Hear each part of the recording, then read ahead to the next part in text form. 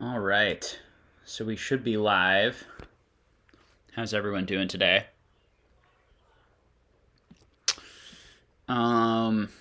Just gonna give it a second to let it go. Looks like it's up. If you guys can just let me know if you can hear me and see me. How's everyone doing today? Okay.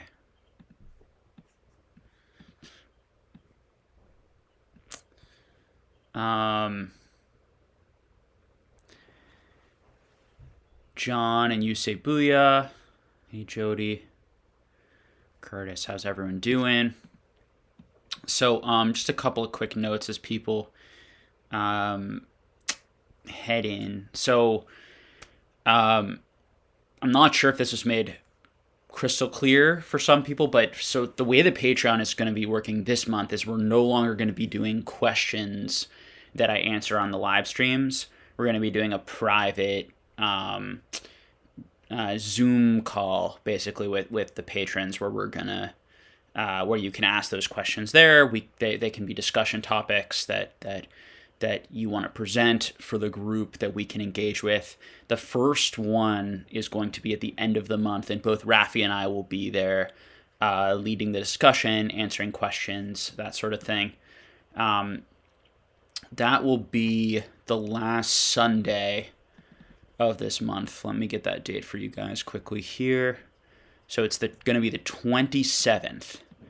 And it'll probably be, it'll probably be something like 2:30 to 5:30-ish. I think 3 hours will be a good length for that. We may end up doing a little bit longer, sometimes a little bit shorter, maybe other times, depending on what feels right. Probably not shorter, potentially longer, depending on how many patrons we have and how much people want to speak and engage. So we'll see how that works. So this Sunday Live, I'm still going to be doing it 3 times a month. And it's just going to be completely open for people to ask questions. So patrons who wanted to ask questions privately, you feel free to start typing your questions in chat here, and I will try to answer them the best that I can, and we can go from there. So thank you all so much for hanging out today. Let's jump into some questions. Okay.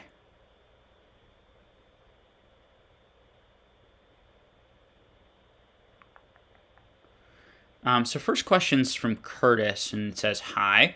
I was looking at Majestic Dawn pop reports, and I noticed that Glaceon first appearance has 0 PSA 10s. Does this indicate that the card is hard to grade, just not graded, or low on supply? So I don't know what's going to happen with those. I'll be very interested to see. I am watching those pop reports fairly closely.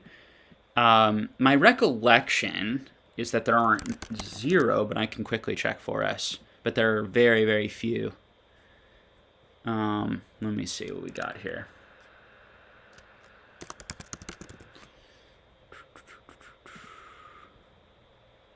So I believe there are 9 total of that level X card graded now. So there are more coming back. We've had I think this year we've maybe had two more added to that pop report, maybe 3.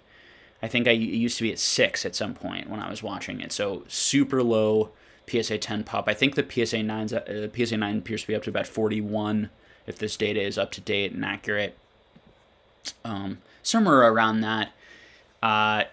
Definitely very few of those have been graded. It's the first ever Glaceon card. It's a gorgeous art, gorgeous card.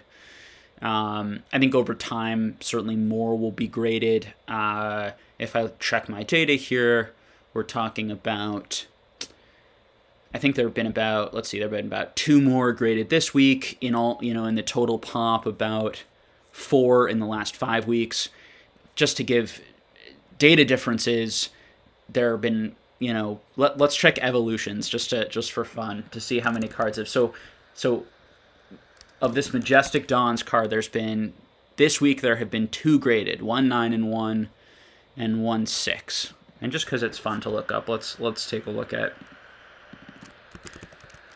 evolutions here. And let's take a look, I guess, at the, we can start with the Charizard just to see how many have been graded this week. So there have been, just this week, 191 evolutions, just evolutions Charizards. In the last 5 weeks, there's been 1,058. So 10% of the supply has been graded in the last, and we have 5 new 10s from this week alone. Obviously that card's very hard to get in 10. So yeah, so it'll be interesting to see. One of the great Patreon questions which was asked this week, which we won't be answering. I hope if you ask a Patreon question, save those for that live chat we're going to do at the end of the month, as I said before.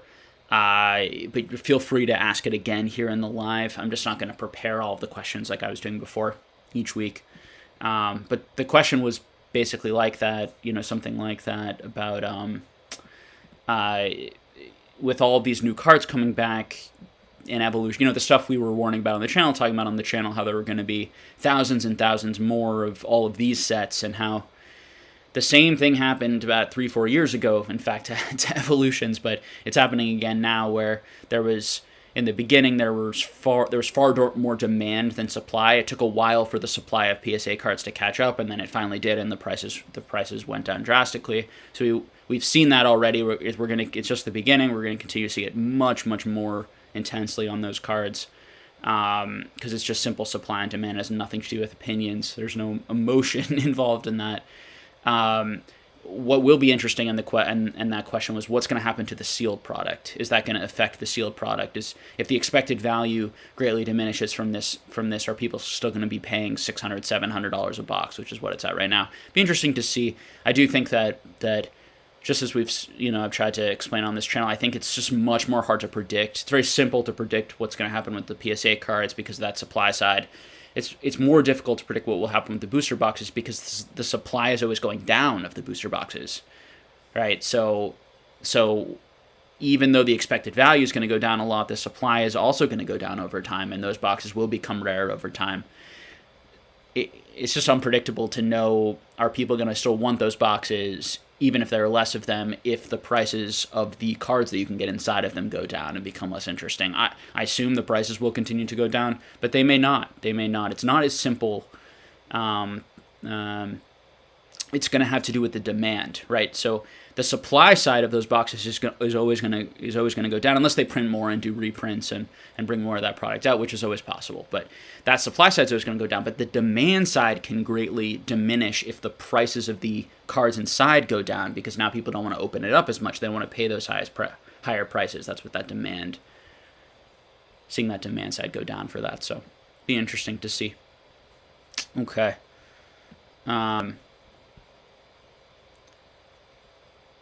Let's see. Does it? So going to your question here about Majestic Dawn, does that indicate that the card is hard to grade, just not graded or low in supply? It's really tough to say, Curtis. I don't know.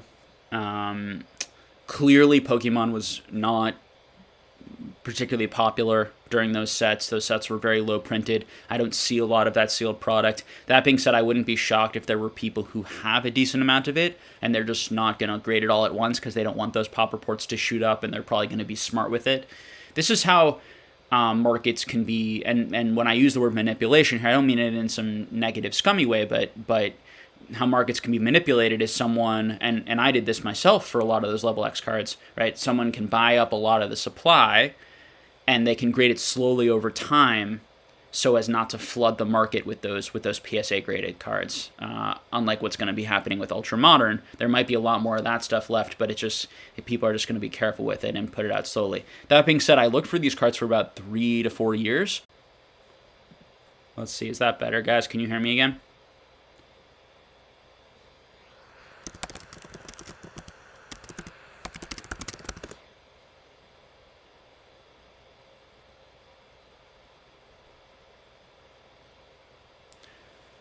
Should be up now. For some reason, it looked like the internet jumped out for a second.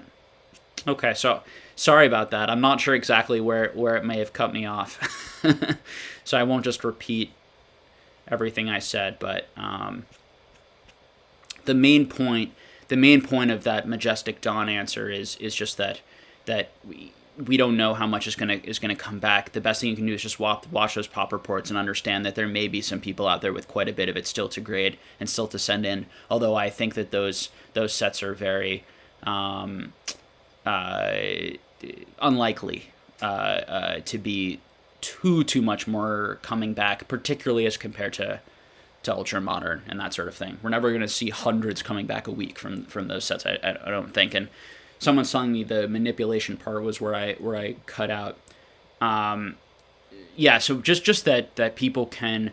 These markets are highly manipulated, and I don't mean that in a that people are scummy necessarily. I mean it in a way that people are intelligent and smart at how much they're going to grade all at once, how much they're going to sell all at once and flood the market, particularly if they've been doing this for a while, and they're gonna hold and be patient and try to get higher prices and or hold and be patient and not grade everything all at once. Thus, you may not see pop reports skyrocket. So that's the type of stuff you just have to be really aware of. So pop reports are very important, but you do have to take them with somewhat of a grain of salt still. And that's part of the message I've been trying to share over the last 6 months. These people who say there's only one of that card graded, there's only two of that card graded, so it should be extremely valuable. It's a lot more complicated than that, and hopefully that's clear. And I think unfortunately is going to become a lot clearer that type of stuff is really going to be showing up in the market and affecting prices. It's just supply and demand, right? All these things are supply and demand. Okay.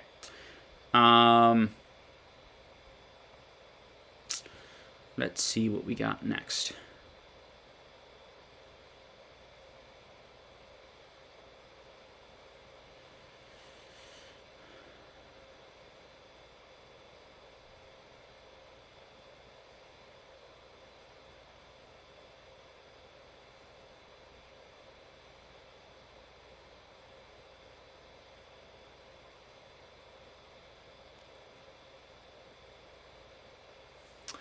So people are just talking about that card. Matthew Alessandro says, is it too late to join the Patreon for June? So it's not too late. So the Patreon's $10, and there's a link in the description here. And what that will do is give you access to that monthly private Q&A thing we're going to be doing. Each month you pay, you get access to one of them. And the way Patreon works is it's going to charge you each month, and it's $10. And we'll be doing that the 27th of this month. So as long as you sign up before then. And then if you can't make it, because it'll be at 2 p.m. Eastern, the first one. We might change the time a little bit. A lot of people on the Patreon voted for the 8 p.m. time, but I had a lot of people message me saying that they cannot do that time because they're in Europe. So we're going to try to keep it at that 2:30 p.m. time this month.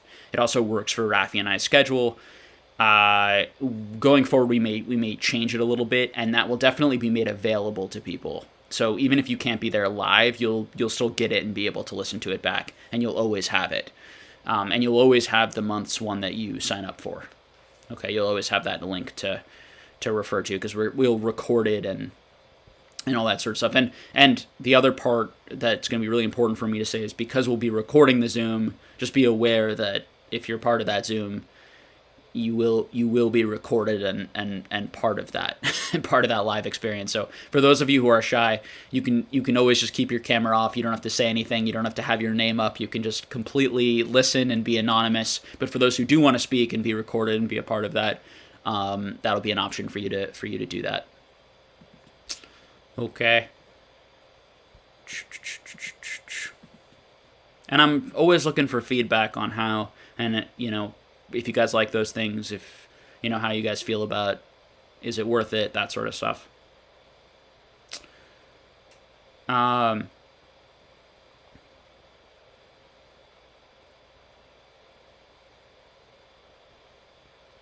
GeorgeBot said that you meant the set hollow. Oh, and not the level X. My apologies. Yeah, so for the regular set hollows and not the level X hollows, Part of why they haven't been graded as much is because there wasn't as much probably value or interest in them. I do think that over time, though, there's going to be more and more value. Those I do have some of that card. I will probably start grading more of just like the regular holos from those sets over time. For me, it's just a patience game. You have to keep in mind that because those cards were only selling, I was buying them for $10, $20, $30 in PSA 10, depending on the one. Not that specific card, obviously there's zero, but other cards from similar sets during the Diamond and Pearl era. Even if you got a 10, so now that they raised the prices on PSA in particular, it now needs to go up even higher. That card needs to be selling in a PSA 10 for probably $200, $300, and it might easily now, because there are so few of them, it might not, I'm not sure. But people have to take that gamble because you're going to be, paying, depending on where you get it graded right now, but, $35, $45, $50 maybe. It might take a year to get back, and who knows where the market's going to be. So you just have to keep in mind that, like, all of that's going to be affecting the next year, 2 years on those types of cards, and they're probably going to be, as long as there's good value to them and the value goes up over time, it's going to just provide more incentive for people to continue to grade those and for them to slowly trickle onto the market. All that being said, there aren't going to be a ton of those, and there are a number of holos in those sets, and so it's not so easy to pull any individual holo because of that. Similar to the like E-series sets, that type of thing. Thank you guys. Yeah, I'm seeing Curtis saying 5 out of 100 Glaceon. Gotcha.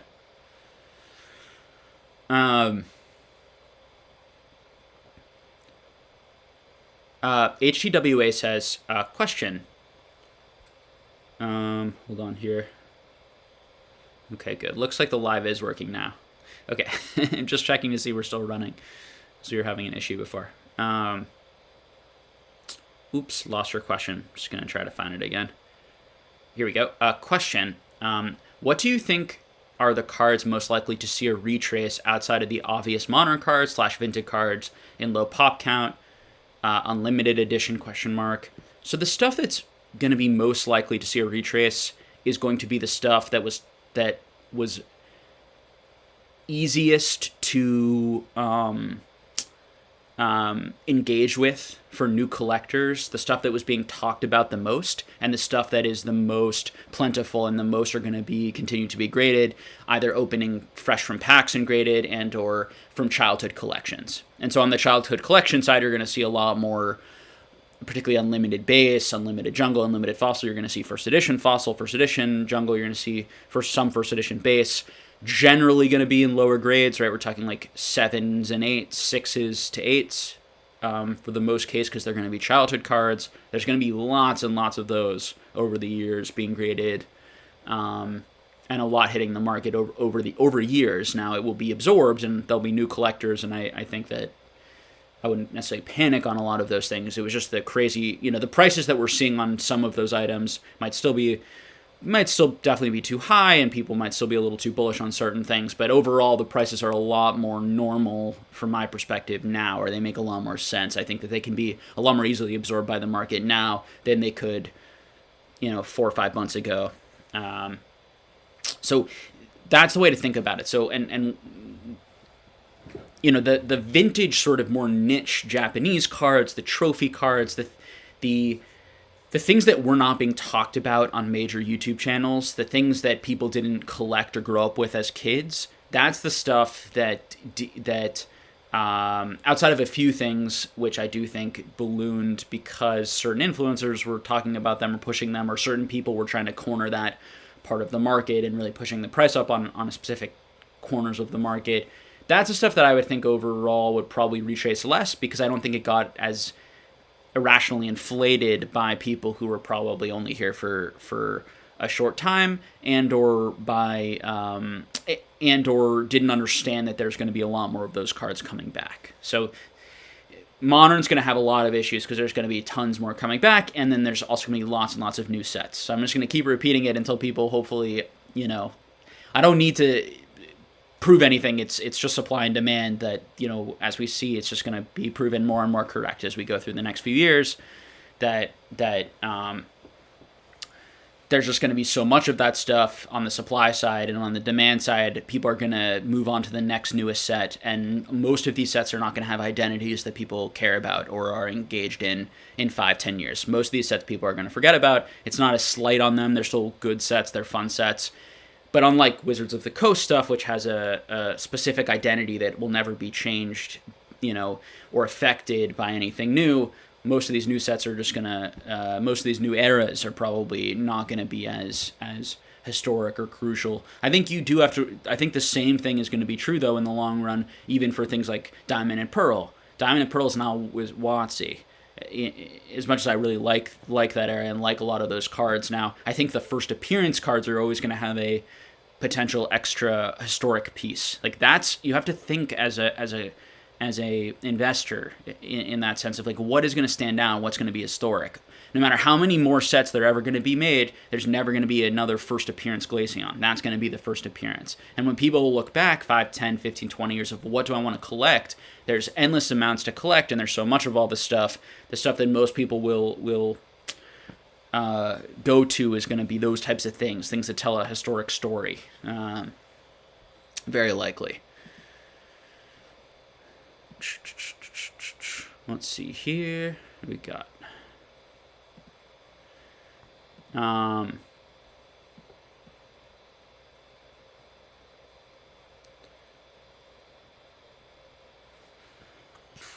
I keep jumping around here. My apologies. Chat is a little funky right now. I'm going to go actually read off the Streamlabs one if you guys just give me a second to find where we are. Okay.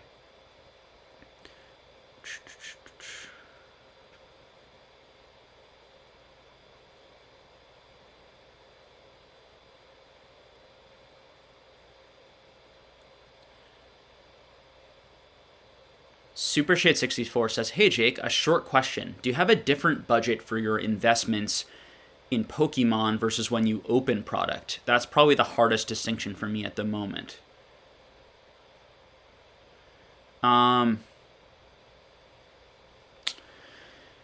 Yeah, so for a while I was a bit more strict with my budget. Now I have a bit more money kind of to play with, that I'm not as strict, and I'm a little bit freer to spend a lot or a little, depending on, do I feel like there are deals to be had, things that I think are of good value, or things that I really want and will really enjoy. This hobby is both about making smart financial purchases and enjoying that investment game and trying to grow a valuable collection, but it's also about buying cards that I feel a connection with in my life and that bring me a lot of happiness. So I buy cards that I, at times that I'm very comfortable losing quite a bit on, because I really enjoy them and they're a part of my life. And life is not about money, fundamentally it's about experiences and that sort of thing. So I have that. Okay, so to answer your question, I do think that I tend to be fairly clear. It's not necessarily like black and white always, but I tend to be fairly clear, have some sense of like whether I'm buying an item out of some sort of investment, and in that I would be willing to spend more money on, because I think that I'm going to get some return from that over time, and that's going to actually potentially make me money, or at least hold some value over time. And if I ever did want to sell it, I'd be more inclined to use that as a store of value to some extent. And then I have other items that I very much don't view as a store of value, and I'm doing it for the experience, where I'm opening lots of packs, and I open a lot of product. I don't do it on camera and don't do it something private for me to just kind of enjoy as a collector. This is a very like financial investor channel, but promise you guys I'm a lover of all these things and a collector, and that's kind of my private thing. And I don't say to myself that's an investment, and so because of that I'm not going to be putting a lot of money into that.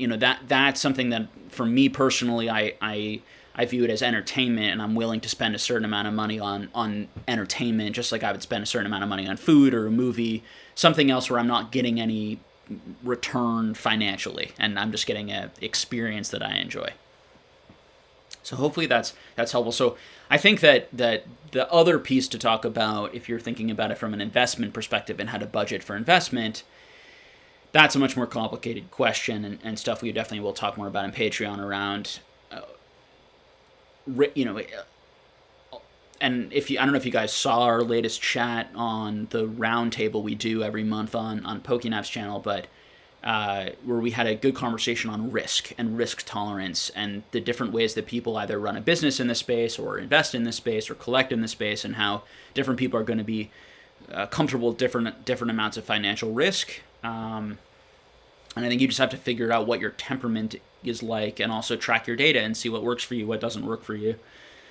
And for me, it's always changing and shifting exactly how much I'm willing to spend. And again, to go to your question, it's going to really depend on the item. There are times when I will spend a large portion of my budget, we could say, or of what I feel comfortable spending. There are other times where I spend almost none of it because there just aren't good deals to be had.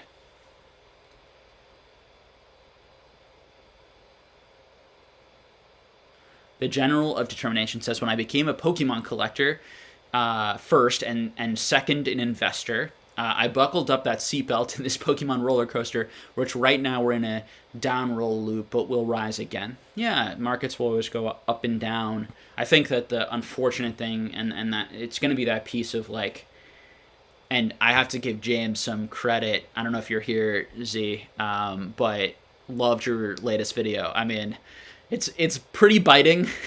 You know how much I love like sarcasm and love that sort of stuff. I know everyone doesn't, and people get on me too for sometimes being a little too biting or sarcastic. But because people are feeling like real pain right now, obviously, and losing money. And I know you're definitely a caring person who cares about people. I have no doubt. But I loved your video. And he makes a really good point, which is something that I've tried to talk about on this channel before and on other channels that I've been on, which is that not everything is worth holding. Okay, and not from an investment financial perspective, and not everything is going to recover ever. And even if something does recover, but it takes 5-10 years to recover, that isn't a good investment as compared to where else you could put that money.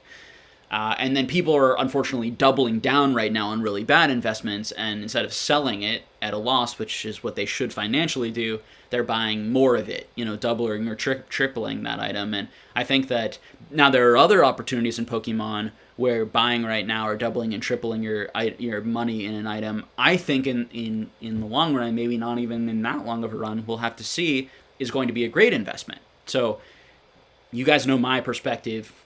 For me, it's that supply and demand fundamentals. It's just understanding that. I put my faith in that to some extent. But there's always that looming possibility of that this is a bit of a fad, and that people they don't like this that much, and that they only really liked it that much for the money, as we talked about all along, and that too many people are going to leave the hobby because they were only in it for quick gains. And when those leave, they're going to be looking at these things and they don't like them, and they don't bring them any happiness or enjoyment, and that isn't going to sustain the hobby. And so the majority of cards may never reach where they were if that's going to be the case forever. Now I think that that's very pessimistic. I don't think that there certainly isn't anything to support that's necessarily going to happen, but it is possible. So it's the reality of investing in something that people don't need, is our feelings and our attention have to be on it. And if the majority of people get bored or they move their attention elsewhere to other things, they're not going to care about this. They're not going to put any more money into it. And if new people don't take those people's place, there goes your demand. And so even for your low supply items, if that demand goes, it's still going to affect the price negatively. So it's why it's so important, to think, and understand the risks and balance all of that out, and then make those decisions and be comfortable with losing money or your collection value going down. Joshua Epstein says, question, Jake. Thoughts on the legendary collection reverse hollows? A lot of low pop PSA 10s out there. Snorlax, for example, has 19 in a 10.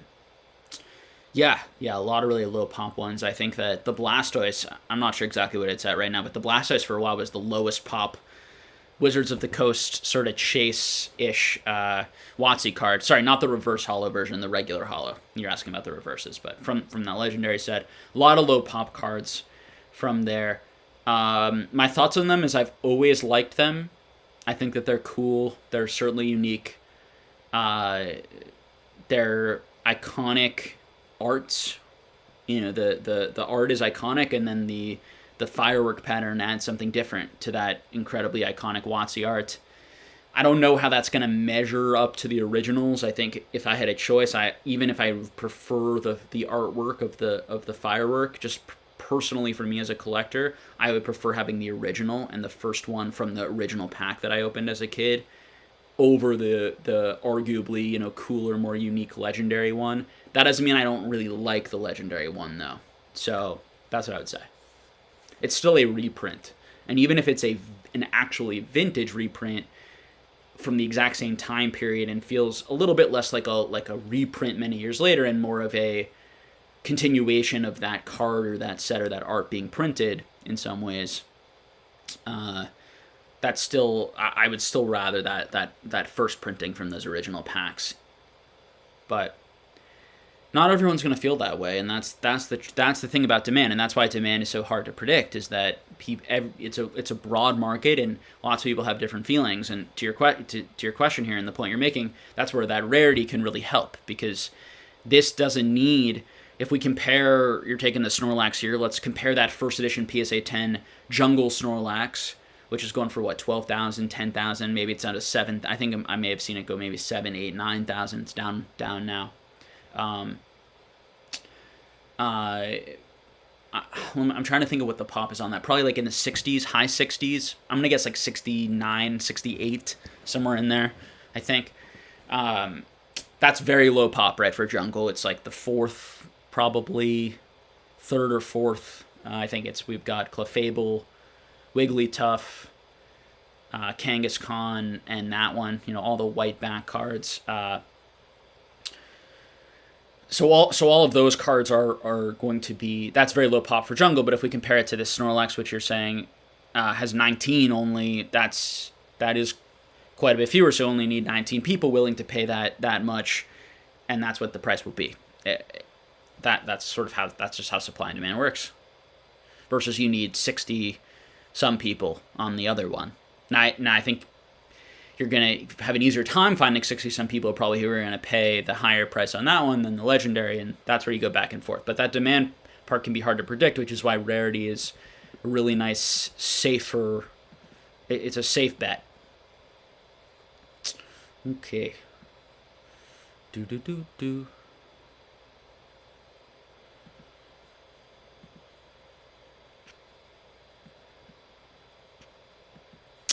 Let me just... I'm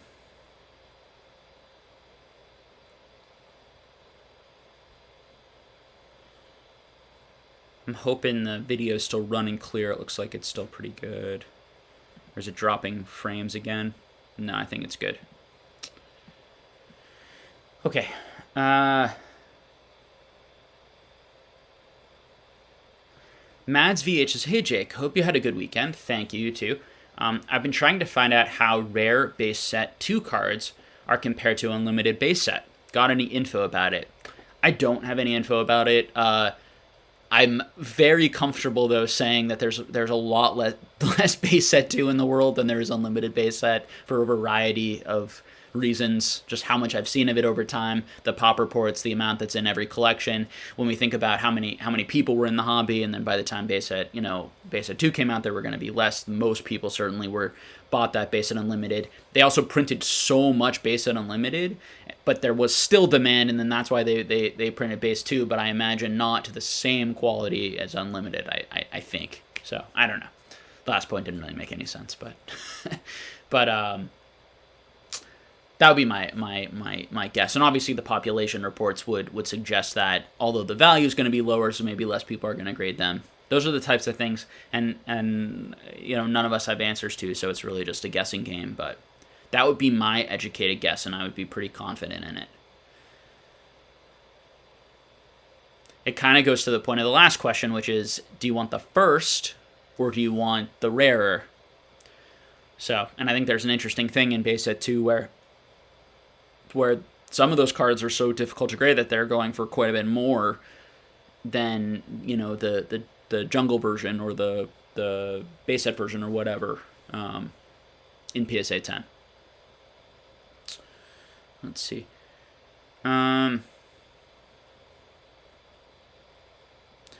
Jody says, do you think the Amazing Rares are something people should be buying into since there were only ever 9 released and it's possible to get all 9 of them for only $100?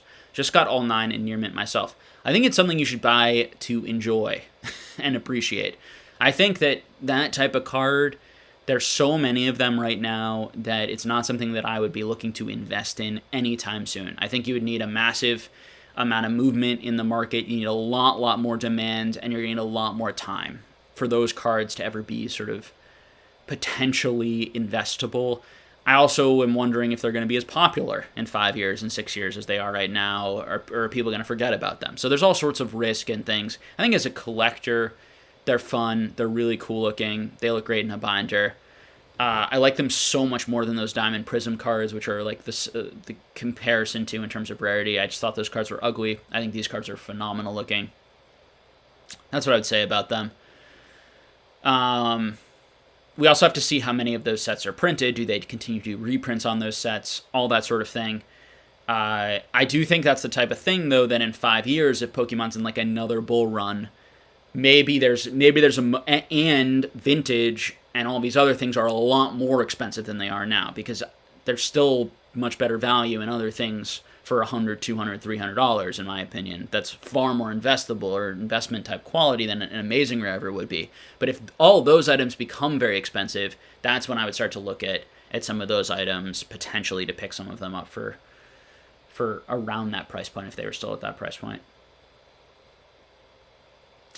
John said, thoughts on EXs from the EX era? I think they're overlooked relative to Gold Stars. So I definitely don't think they're overlooked. I think that they've seen a huge increase in prices. They've actually sustained their prices. This is something, right, talk about rarity. They're, the Neos, the E-Series, the EXs, so far the Level Xs, secret rares from like Black and White era have all not, for the most part, have not retraced as much across the board as something like Unlimited Base did, where we saw like 80-90% retraces on certain items, like crazy huge retraces. And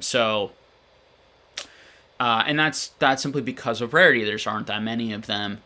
Those have gone up a lot in value, so I definitely don't think they're overlooked. Jody Matoma said, the video is... Yeah, the video was studying earlier. Hopefully it's better now. Rock Pokemon says, Jake, have you enjoyed any Evo Heroes yet? I have not. I haven't even been watching the openings or looking at them. I think eventually I will hopefully pick some of that up if it's affordable, and just kind of privately enjoy it and check it out. It's not something that I feel like a strong need to own. There's just so much good product out there, and there's so much good product from other TCG collectibles that I enjoy that not everyone's trying to buy and frantically trying to get.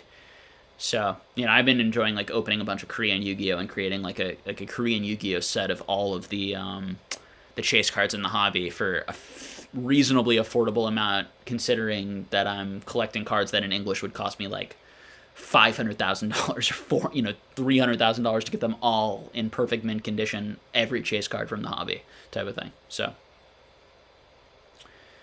I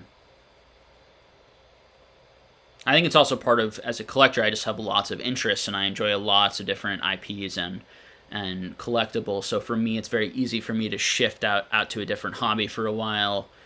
When I think there's just too much money and buzz and attention and people still trying to look to buy all that up and flip it and make a profit. I'm not interested in engaging in all of that. It's a turnoff for me. On Modern, I think Modern should be opened and enjoyed ideally, and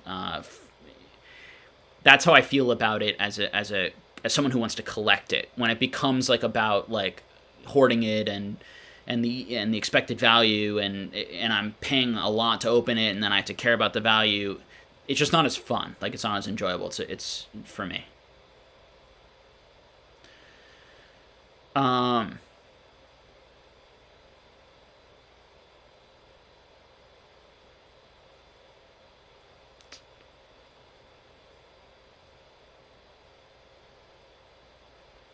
Shiny Poke Hunter says, "Hey Jake, I'm glad I was able to make it this morning. Glad you're here as well. My question is, do you think that the Japanese first edition cards from Diamond and Pearl era are going to be valued higher in the future?" I don't know the answer to that. I have a decent amount of them. We'll see. I think they're cool looking. I like that era. And for example, like I have PSA 10 versions of those like Glaceon and Leafeon level X cards because they were so hard to get in English. I got them in Japanese as a cool substitute. Those are some of my favorite cards, and I have like 9s in English. I never got the 10s, unfortunately.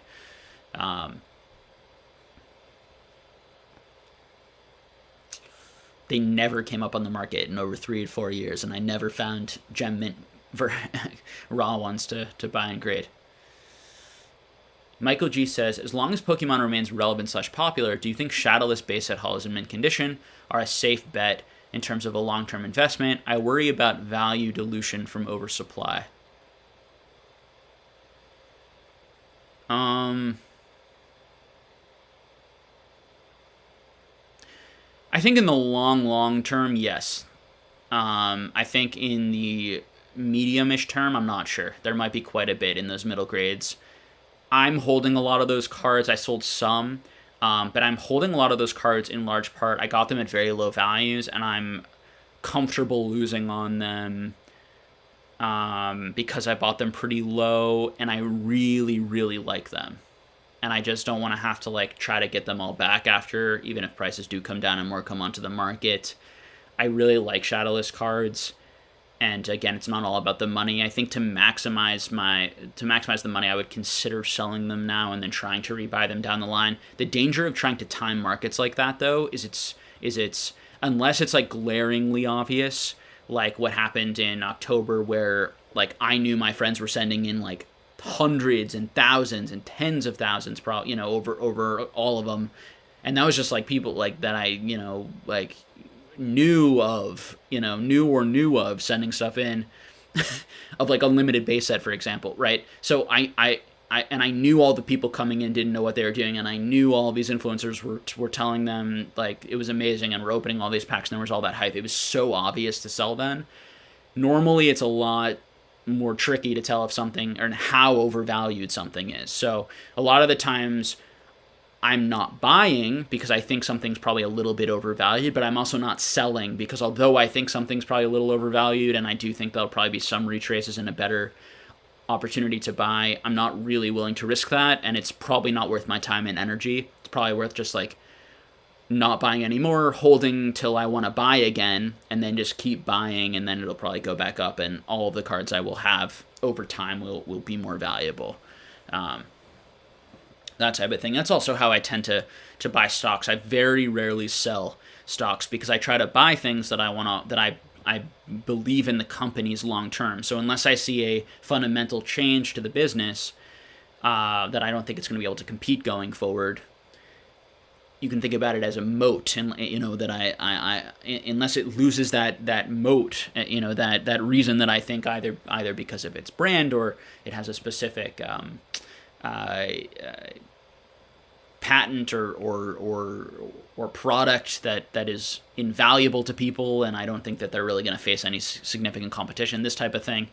And we can talk about moats in Pokemon as in that people have a special connection to Pokemon that nothing else can replace.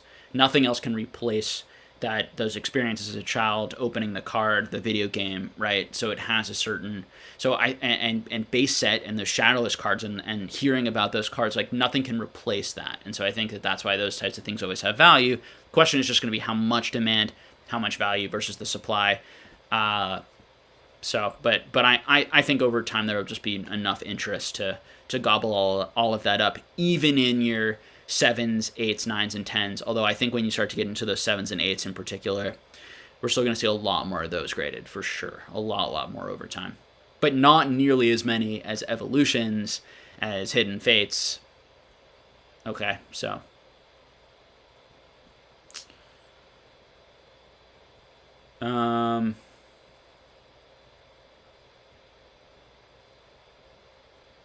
Jody says that he personally thinks shadowless is a great investment for the long term, way better value over unlimited, and looks nicer too. I agree with you. I think it's better value over unlimited based on the relative price difference. For most things, I've always sort of felt that way.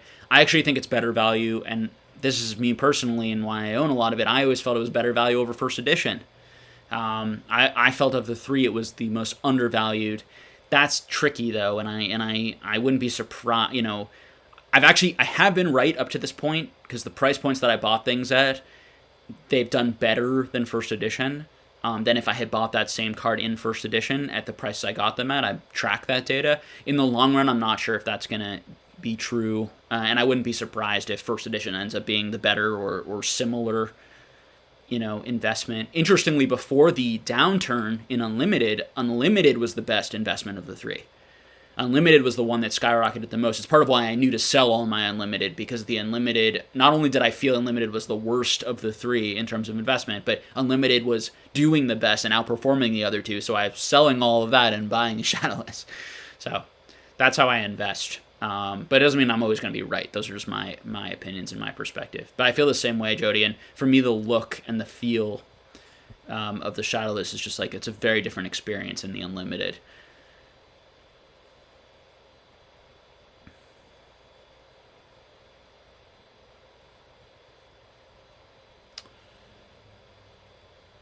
Michael Schwartz says, could you see PSA offering a 50% refund and returning cards ungraded? Allows submitters to cut losses, limit pop reporting, could help with other ideas they could try. I do not see them doing that. Nope. I think that they will be grading everything, and if you want your cards back, you're going to have to pay, and you're going to have to pay your upcharges, which is going to be very expensive for a lot of people. Although we'll see, once you finally get your cards back, they may not be as valuable, and so you may not get as upcharged depending on the card. Matteo Maniscalco says, 2 questions. 1, when a PokeTuber says this card is worth X, how much do they actually sell it for?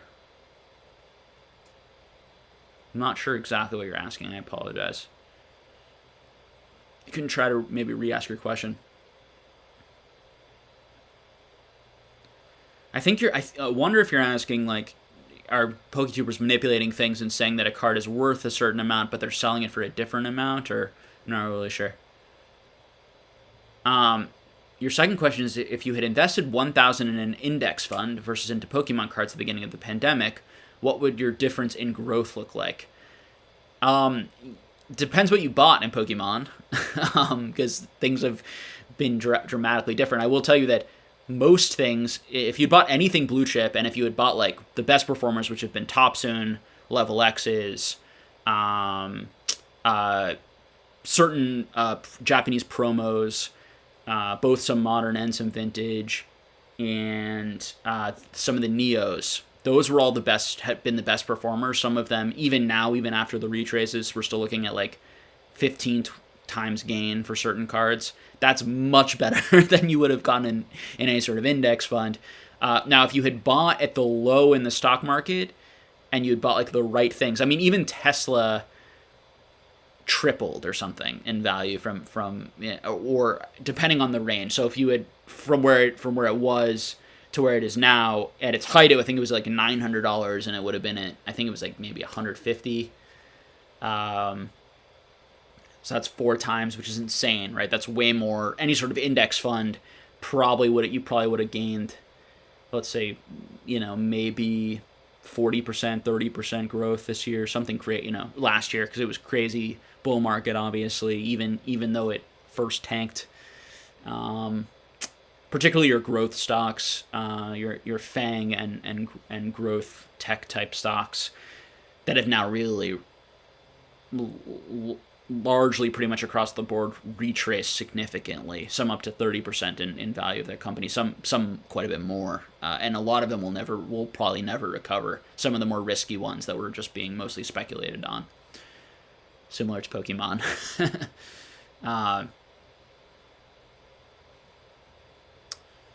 Josh Harris says, not everything in Pokemon is going down, still some things holding their value or increasing even. That is true. That is true. That is definitely true.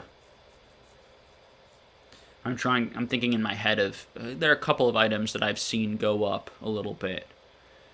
Although I haven't seen like sale. I think in the last couple weeks it might be a little hard to find those items just because I think that those types of items just aren't selling. Like there are a lot of items that just aren't selling a lot right now. Like people aren't putting them back onto the market, and so they're not going to get hit with those retraces. A lot of trophy cards, things like that, are I'm seeing people kind of start to hold again, and now they're becoming like illiquid right now. So like no one's willing to pay those high prices anymore. So really they aren't worth that right now. But they're also probably aren't going to be too many recorded lower sales because people who bought those in a large part could actually afford them. And it's not companies or businesses who rely on flipping who bought most of those. Some of them were bought by that type of thing, but okay.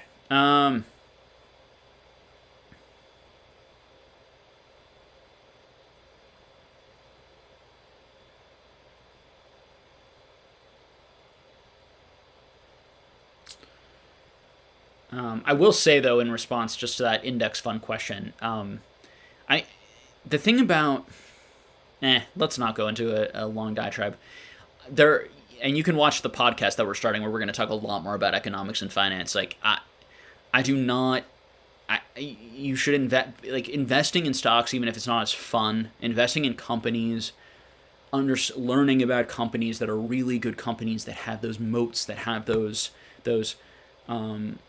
uh,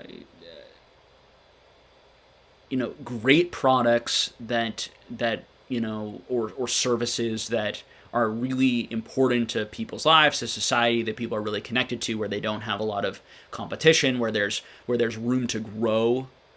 Companies that are just starting to grow in certain countries, and are gonna continue to either grow in terms of selling their product to more people and or inventing new products.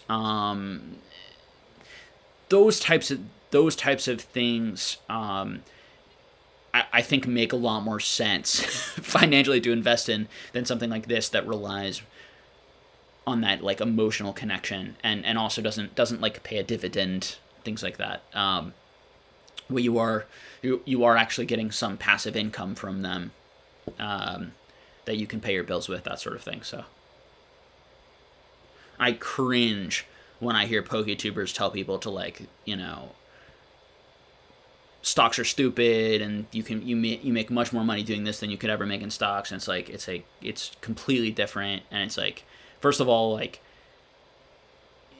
you can have a business in Pokemon, but then that's not investing. You're putting lots and lots of time buying and selling and flipping things. Sometimes you might do well, sometimes you might not. I think a lot of people doing that are losing tons of money and getting crushed, and will, particularly over this next 6-month period, year period, where everything isn't just going up month after month, where the biggest morons were making money during that time. The people who gave no thought to anything and knew nothing about Pokemon. The people who just knew zero, and they were just like, I heard I should buy Charizards, and bought a bunch of Charizards and then sold those Charizards, and a month later all made money and they knew nothing, right?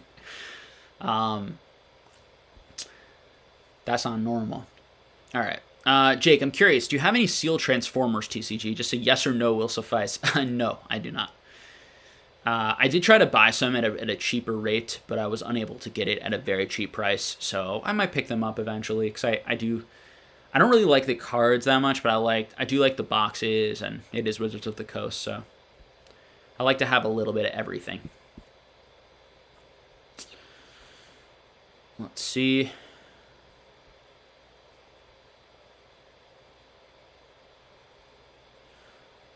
Chody says, is it too late to get into the early channel supporters level for the Patreon?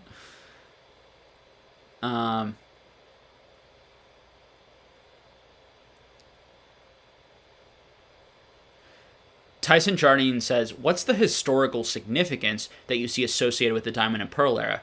I don't know if I see any. I mean, we'll have to see how that develops over time. It will be that second era of the original Nintendo era outside of Wizards of the Coast. So that is going to be very vintage and old if this hobby sustains itself and Nintendo's involved all the way through and creates hundreds and hundreds and hundreds of sets, right? That's going to be pretty historic there. I think, in particular, the first appearance cards will have historic value because it's the first appearance of that card, of that Pokemon, that's still in print today, that's still alive today, that's still existing in new sets. So, and that's going to be true from every new generation. And I do think that's one cool thing about collecting those first appearance cards. In every new generation, there will be that.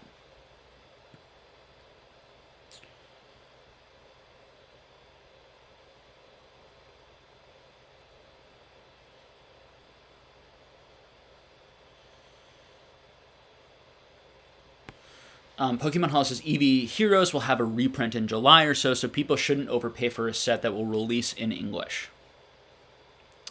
Yeah, unless you're going to enjoy it. And I think this is a message. I think I need to do a better job of explicitly saying this. Like, if you want something right away and it's fun and enjoyable, then it's your money and you should, hopefully it goes without saying, you should spend it how you want, and none of us should put you down for that. I think from that financial investment perspective, I agree with you, right? That there are better times to buy things when things aren't so heated. But it's about patience, and some people have that patience, some people don't. Some people don't care, and they just want it right away, and they have the money to spend, and they just want to have fun.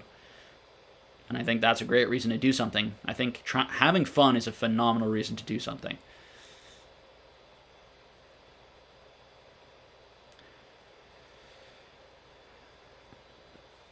Niwi says, have you seen any evidence towards the generationality that a lot of people in the hobby believe in, i.e. second, third, and fourth gen slowly starting to take off and replaced first in interest?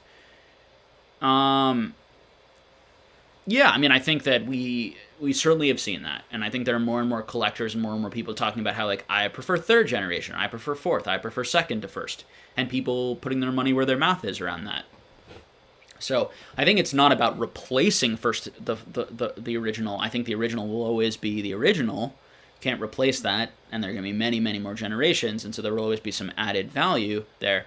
But particularly where you see other generations having less supply, that's where you get more of like, well, there's a lot less supply for this generation, and this generation's also very old and popular, like second generation or third generation or fourth generation.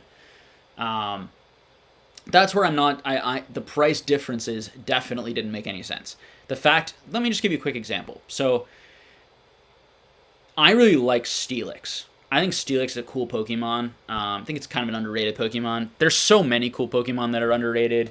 I think that I'm going to throw out a hot take here. So, I think that the top Pokemon in the hobby are overrated. Because I think that there are a lot of, like, middle to higher end popularity Pokemon that their prices are so much less than the top rated Pokemon, it doesn't make sense to me as a collector. Okay? So that doesn't mean the market's ever going to agree with me. And I do think that when something is better, even if it's only slightly better, it can be exponentially more valuable. And there's a lot of psychology and game theory and reasons why. I won't go into that now. But I think that because of that, so the Steelix, right? So there were about 100, I think at the time I was buying them, there were about 100 PSA 10 Steelixes in the population, which was very high for a Neo card, okay? So this is, first appearance Neo Steelix. At that time, there were 120 first edition PSA 10 Charizards. I think the last Steelix I bought at about $100 in PSA 10. That first edition. At the same time, that Charizard was selling for already at that point over $100,000. It was starting to go up. It was when I think Logic bought his at like $120,000, and then we had Logan Paul at $150,000, and then it started selling for $200,000. The box break happened, then we saw $250,000, then we saw $300,000. One of my friends sold it at $350,000. Then we had a $400,000 sale, and now it's retraced wherever it is now, around $200,000, $250,000. I don't know. I'm not sure if someone could get that. Maybe $150,000. It's back down to. I'm not really sure. I have no idea. But that didn't make any sense to me. When I look at Steelix, and Steelix has less PSA 10s in the world, I really like Steelix, and Steelix I'm getting for a $100 bill. Okay, there are 100 in the world, and I'm getting it for a $100 bill. And then you have this Charizard in PSA 10 first edition from base going for $150,000. $150,000, $100 bill. This to me is irrationality, just from a collector perspective, because do people really like that card that much more? Now, there's a lot of psychology associated with like status, and just like as I was saying before, the game theory around like even if something is only slightly better, it can be way, way more expensive because everyone wants the best. And the second best doesn't feel good, or third or fifth best or whatever, 100th best or whatever we're talking about here. But over time, that I would put my money on those. This is where I don't always think buying that most expensive item makes the most sense, particularly when there's such a large gap and when the rarity doesn't back it up and when your own understanding of popularity and demand doesn't seem to make sense. So I won't ramble on that point any further, but I hope it's something people consider when they look at the prices of these things and they ask themselves, like, is this worth it? And why is this one so much more than this other one? And do I think that's always going to be the case? Or maybe it makes more sense, both as a collector, certainly, to buy the thing that you're going to enjoy the most for a much cheaper amount, but then also as that investor of, like, is that always going to remain the same? And not to mention that at $100, there's so many more people who, if they became interested in that card, would pay around that amount, versus even if everyone wanted that card at $150,000, so few people, at least now in the hobby, have $150,000 just free to spend on something like that. For all of those reasons, I knew that Neo was a much, much better investment and purchase, even though I heard a lot of people saying, like, you always want to invest in the best thing as the best investment. And that's a gross misunderstanding of how investing works, in my opinion. And we can look at stocks to understand this. If you look 20 years ago, 30 years ago at the S&P 500, and if you look at if we look at like world stocks and we say, like, what were the top 10, top 20 stocks in the world? Most of those companies were Japanese companies, that some of which don't even exist anymore, right? And most of those companies were things like gas and electric, insurance, into the 90s, into the early 2000s, and then all of a sudden tech happened. And now it was a bunch of tech companies. What's going to happen next? And I don't think Charizard is going to be replaced, but there's this misunderstanding. There's this idea that markets are rational and markets have correctly picked the best thing. That is definitely 100% not true. And so just because something is very expensive, do not assume that it will always be expensive unless it has real fundamentals behind it and real psychology and reasons why that will always be expensive. Now, price inertia and going back to the complex psychology, behind why certain things remain very expensive, even if it doesn't make any sense and people don't even want them, and they're only expensive because they're expensive in some senses.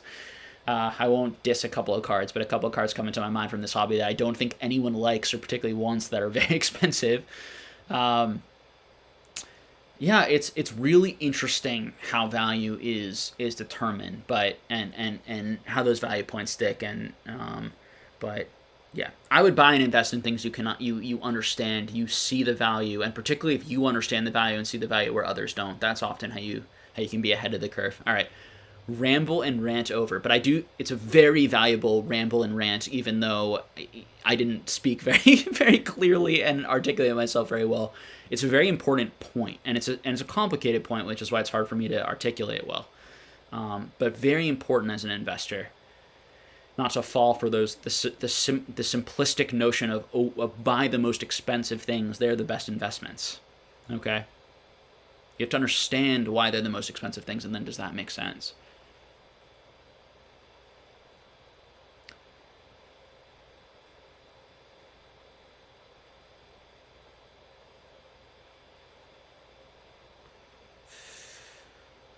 Niwi says, looking at childhood vintage collections, in your experience, how many of the non-hollows typically have a chance of ending up as 9/10s?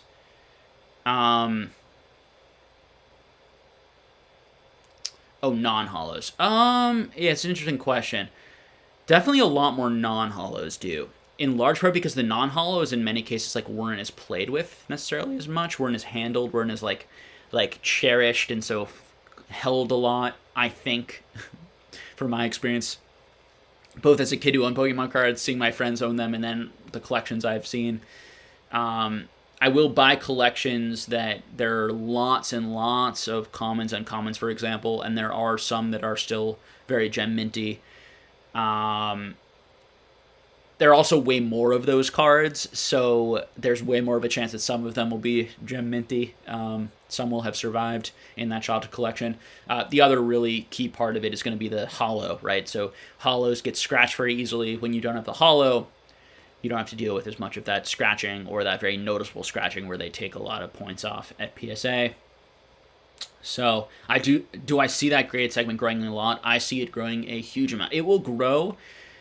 Probably people will just stop sending them in at a certain point. I don't think it's gonna take a long time for the market to be able to absorb all of it. So what's gonna happen is it's gonna crash that market, and then people aren't even gonna be able to get their money back. So people are gonna stop sending them in because now nines. Basically, what happens is if nines don't make the person money, if a lot of these people, they want to either break even on nines and then make double their money on tens in order to send in, because you're never guaranteed a 10. If something looks perfect, it could still get a 9. You just never know from PSA. So as a flipper reseller, what you're looking to do is like break even on your 9s. Ideally, you're looking to break even on your 8s, make some money on your 9s and make big money on your 10s. But the worst case, you want to break even on your 9s, double up your money, or make some money on the 10s.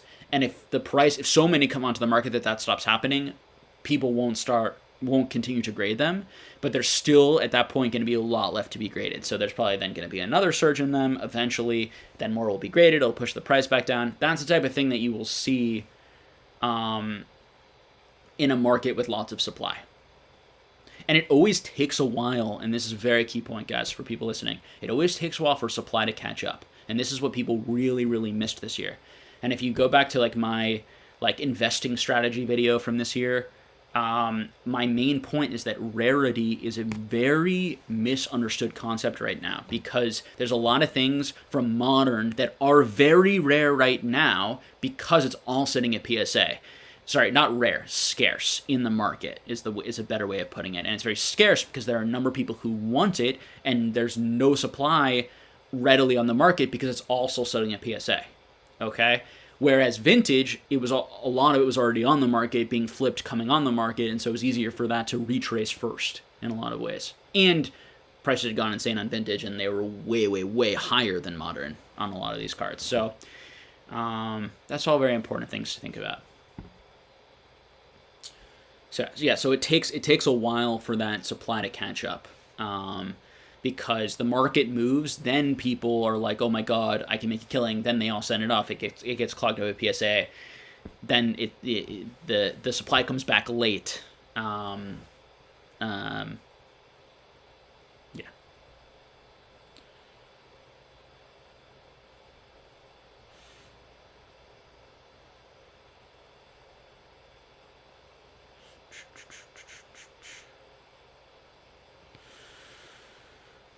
Rohan says, hey Jake, I think you mentioned before that you weren't super confident on the gold cards in Tag Team GX long term. Curious to know why. Pops are relatively low for Modern and are Japanese exclusive. I'm not I don't remember mentioning that. I easily could have.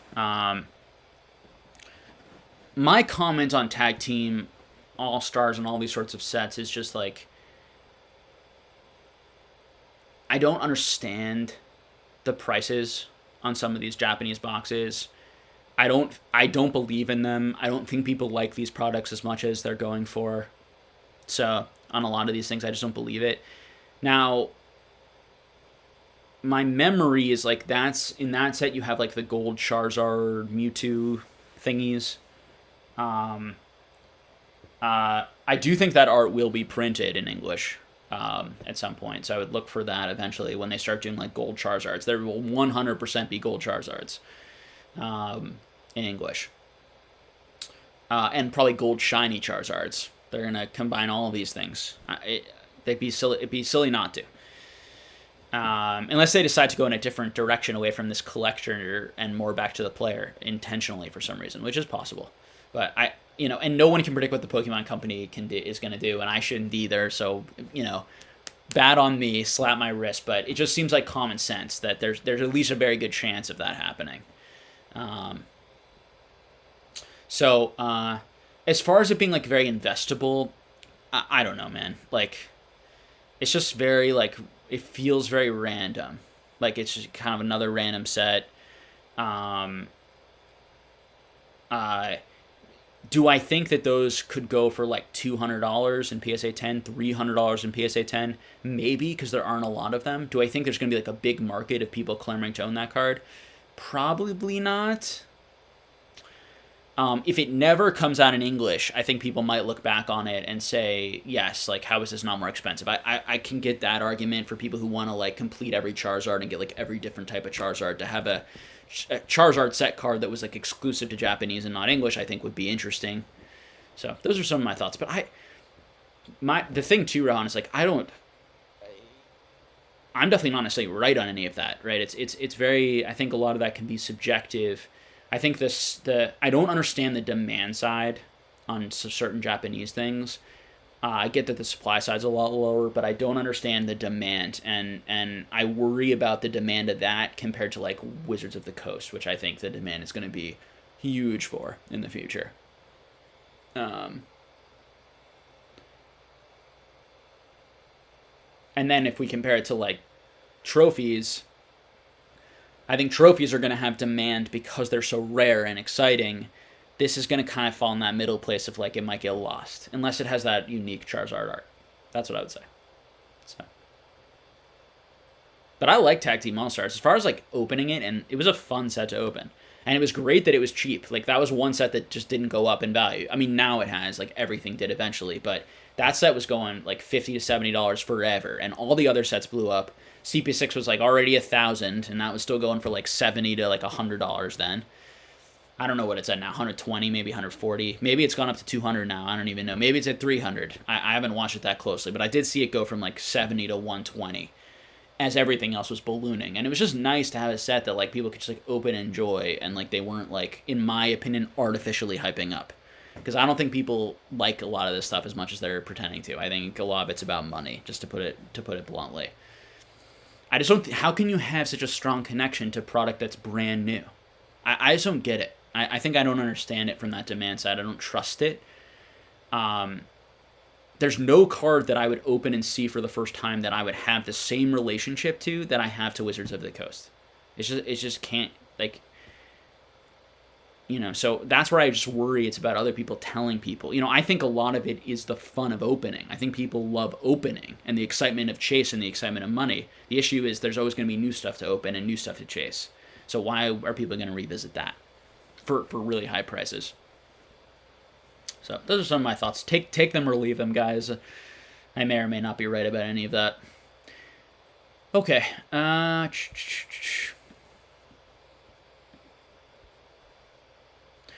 So we got about 158 people watching. Thank you guys for joining in. If you guys can take a second to hit that like button and subscribe, I would appreciate it.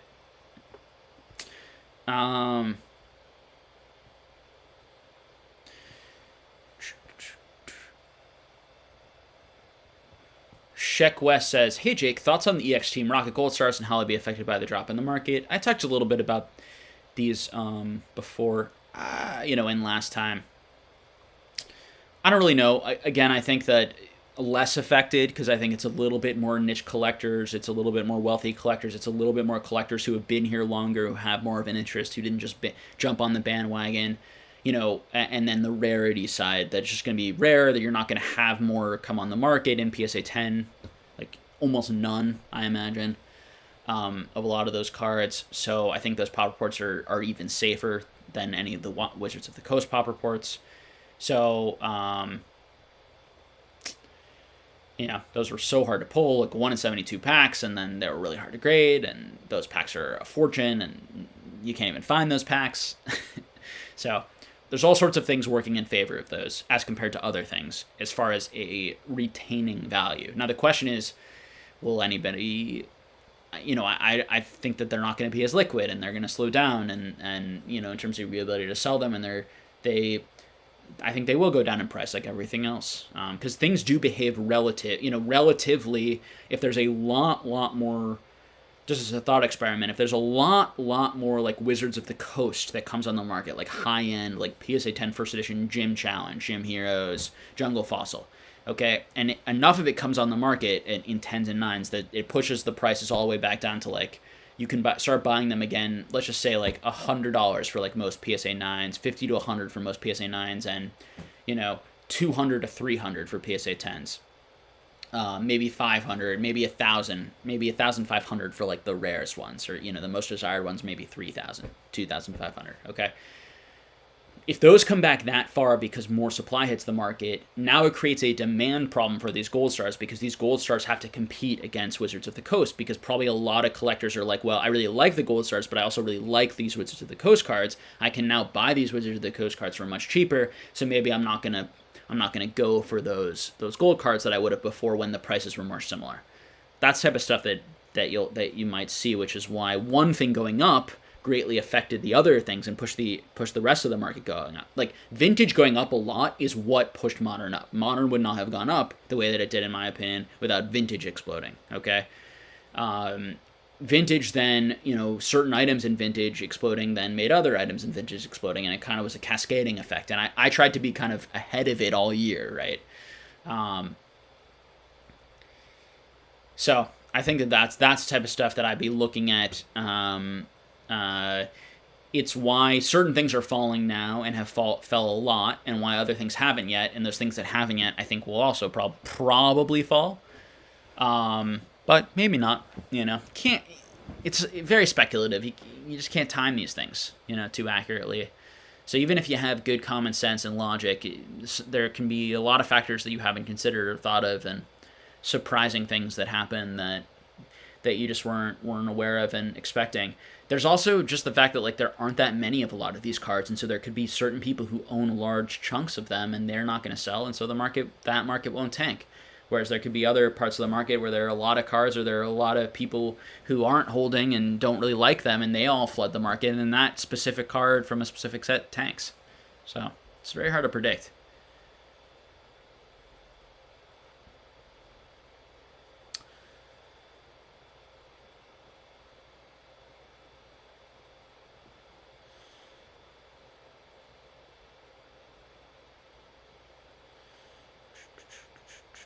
Lots of great conversation and comments, guys, as always.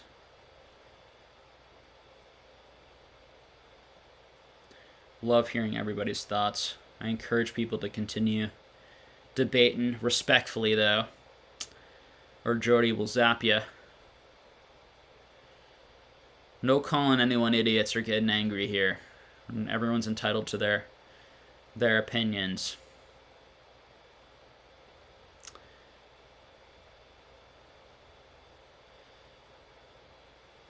Michael G says, question, Jake. Do you feel that Topsoon holofoil cards are undervalued? Very low pop, but people seem to be confused about their history and prices are all over the place.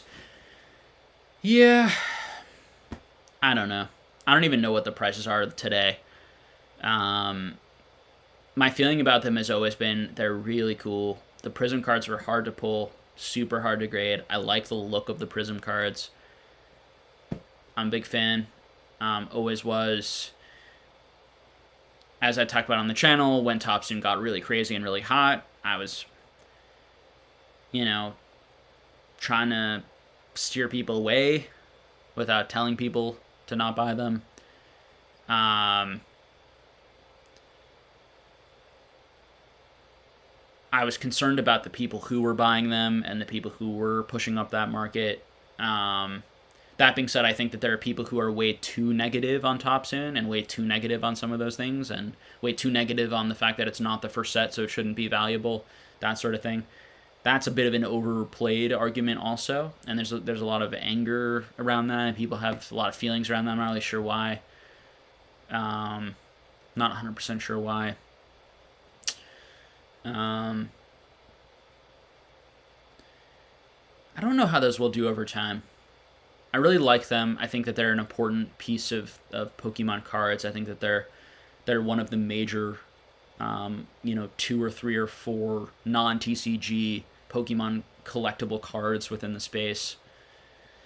I put some of those Magi cards. I put the 1997 Card-S cards. I put like the 1996 Bandai cards. Like I put all of those in a. They're all, I think, important cards, important sets.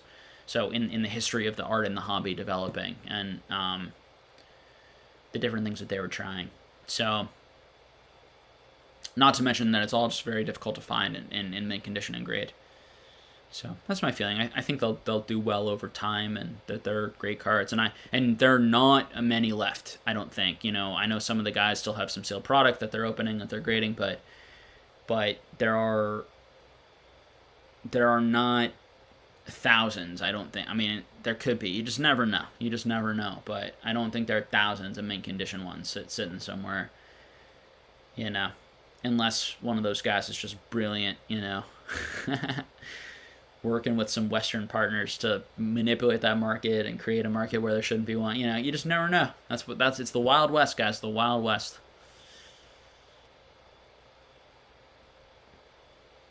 There's a fine line between being smart and aware of manipulation and being skeptical and being a conspiracy theorist.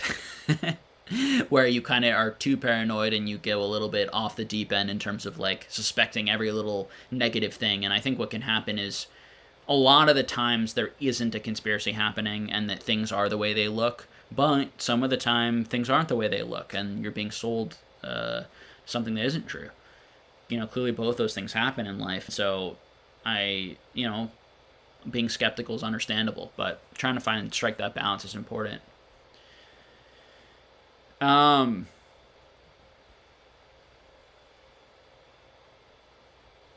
Question, thoughts on Chilling Reign? I might be the only one, but the set doesn't appeal to me. Even the Three Birds artwork doesn't look too amazing. I like the Three Birds artworks, so I'm interested in getting that. I've always loved the Legendary Birds, and seeing new colors on the Legendary Birds is exciting to me personally. But again, it's for me a fun. I'll buy it if I can get it affordable and just do a fun opening. Tasmanian Damon says, what do you think about the Simpsons cards? Topps 1990 was the first release. I don't know too much about Simpsons cards. I do own a little bit. I think they're fun. There's probably quite a bit of supply. It's a dead game. Who knows how much was printed? Who knows how much is sitting in people's, there probably is a decent amount of it just like at old game stores, card stores, sitting in storage, collecting dust. That type of thing.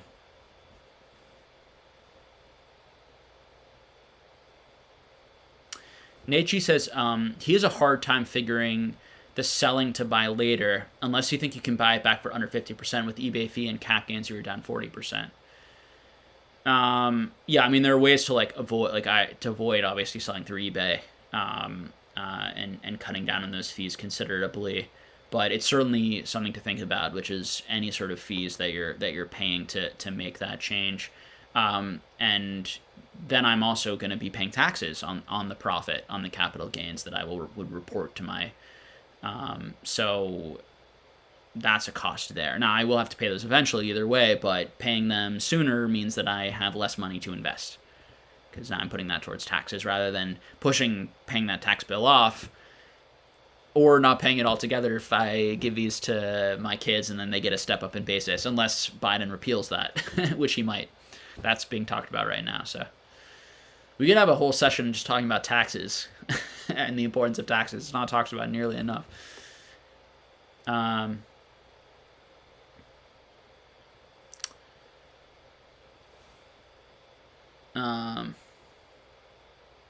PokeGeek Dom says, hey Jake, no question for me this week, but just want to say thanks for all you do.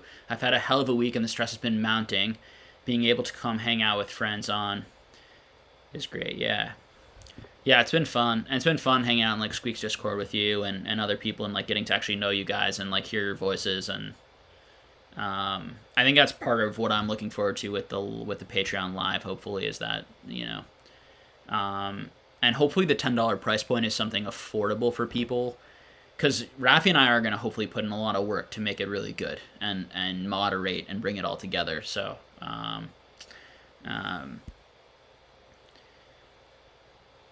we're even hoping to pick topics some weeks. I don't know. We have a lot of plans. We don't know if any of it will work. It may just all crash and burn and we shut it down. And hopefully you guys will forgive me. That type of thing. So, we're doing the best we can. It's all transparent here.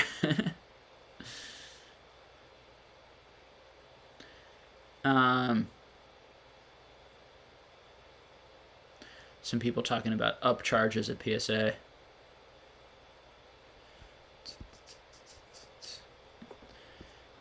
let's get some questions from the middle here. Hey, Pat, good to see you here.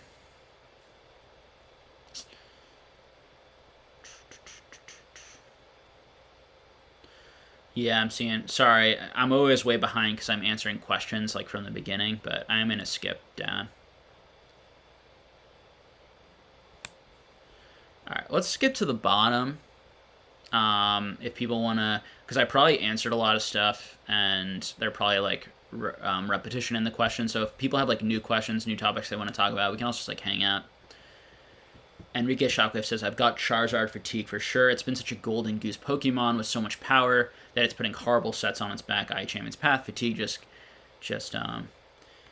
yeah, I think that like Charizard has been overhyped this year. Like people love Charizard and enjoy Charizard, but Charizard has also been like synonymous with money, and so I'm not sure that's always going to be quite the case. I think other popular Pokemon that people really enjoy, as long as they get really cool cards, really cool arts that are very difficult, rare, and of course we've seen lots of value in other Pokemon too.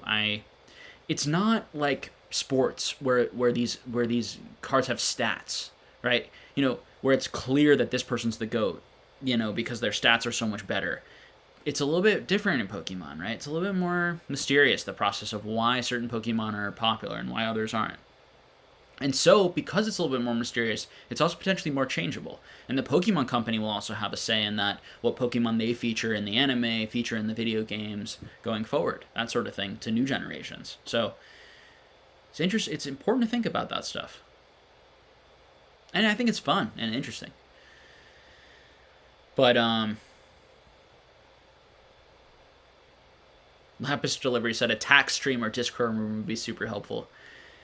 Yeah, we can go more into that. So, I have a tax person. I see a CPA because I just want to, make sure I'm doing things correctly.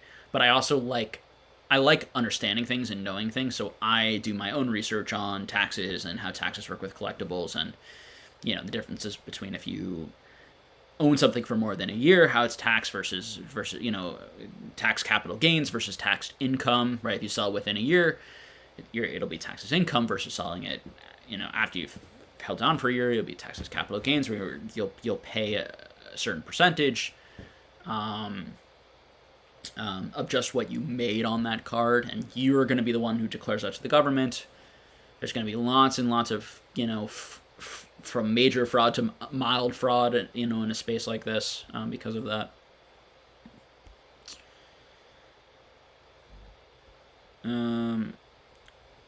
Rai Pena says, have you heard about the special delivery charger that was accidentally shipped out? I have not.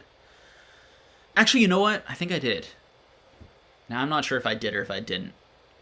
That's weird. I read so much news sometimes that, I don't know. Somehow rings a bell, but I, don't know the details. Adam Sisto says, hey, Jake, I just made it to the stream. Have any thoughts on the Diamond grading service that TCA showcased a week or so ago? No specific thoughts, Adam. I don't have any experience with them. I believe what I heard is that they do have one really cool feature where they scan your card so that you have, a visual scan of it. I like that. I like that you can have that, digital scan of stuff online. I think also to sell, I think it's nice that card is there so that everyone can have, a high definition, version of this is that exact card. You can see, on this website, this has all my collection. You can take a look. I think there are a lot of practical applications in the buying and selling world that could come with that, as well as tracking. Yeah, so I'm surprised at PSA. I think PSA will probably eventually have something like that. The problem is they won't have it with all the backlog, with all the cards that we already have in our collections. I also am interested to see if they end up ever doing anything with the blockchain, get into the NFT world, making NFTs of your physical card that you get back. I don't know. Who knows? There's all sorts of things they could do. But outside of that, I don't know too much about the company. I think TCA's said that he liked what they were doing. There's just going to be a lot of companies. And again, going back to that moat conversation from earlier, it's brand awareness is so important. and brand consistency and what people feel comfortable with and connected to. So I don't know how it's all going to work out with all these other companies trying to come in, trying to take up some market share. They clearly think that they can and they can compete. So we'll see if they can.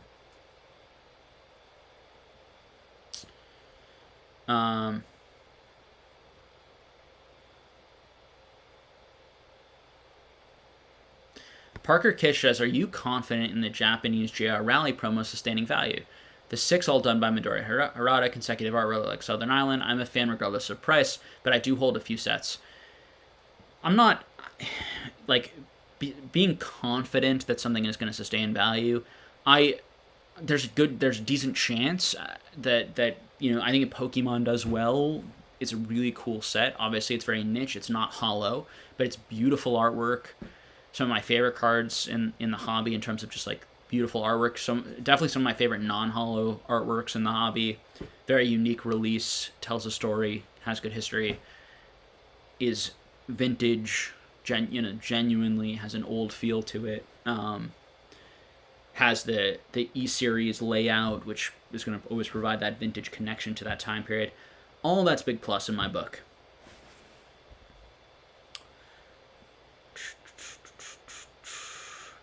Neo says, I accidentally kept 2 CP6 booster boxes sealed. Should I give them up while prices are still high, or are they a good long-term investment? Yeah, so I don't like telling people like directly what to buy and sell, because I just think it's like, hopefully you can, like, it's that teach a man to fish stuff. Like all the market stuff we talk about, like if people absorb, I think, the general value approach here, I think that will make them more sophisticated investors that do better in whatever they invest in and make those decisions for themselves. My general opinion on CP6, what are those boxes, like $2,000 each or something? You know, I don't own any. I'm not buying them. You know, there are other things I would buy way before that. I don't know. CB6 is way cooler than Evolutions because the design of the cards is cooler. They look actually more like vintage. They feel more like vintage. CP6 was not printed that much, unlike Evolutions, which was printed for many, many years into the ground. There are CP6 has that Pikachu that Evolutions doesn't. It has a holo in every pack, which both makes them not as rare. It's also very easy to grade, so it's very easy to get like Charizard 10s. I have a lot of CP6 Charizards. I'm grading a few right now, getting them back. You know, I'm selling them. So, it's got to be a personal decision, and I don't know how to time the market. I don't know what it's going to do. So, yeah, you can take or leave all of that. It's not, and sealed product is tricky, guys, because it's much easier to predict the supply and demand side. To go back to our initial conversation today, which is just so key with Evolutions, like it was so easy for me to predict that Evolutions prices on the actual cards was going to go down significantly when a lot more supply hit the market. It's just simple supply and demand. The issue with the booster boxes is that the supply goes down on the booster boxes. So what happens when the expected value goes down? So the expected value is going to go down on CP6 over time, probably. Now, maybe not as significantly, although I do think that as Evolutions prices go down on the ungraded stuff, you'd think that CP6 would go down too, because it would be correlated, because now people can get that English Zard for like really cheap. Are they still going to be paying 1,000 plus, 2,000 plus, or whatever it was for the PSA 10? Probably 1,000 plus, or around 1,000. I don't know. I'm just not sure. It doesn't make sense to me. I think those items are risky. I think any modern item, even if it's Japan and not printed that much, is somewhat risky, particularly at these high prices. Doesn't make sense to me. But I would not sit here with any confidence to say that it's going to go down in value. Sealed product can behave very differently than the cards inside. There's lots of evidence of that, both from this hobby, certainly from Magic. So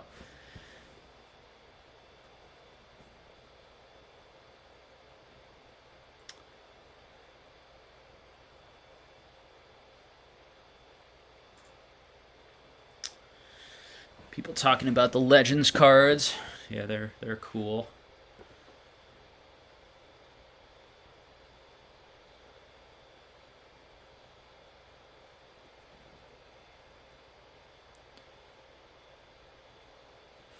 Niwi says, how important of a factor do you think PSA cert numbers will play going forward, especially with AI grading coming? Do you think it's reasonable to avoid buying low certs?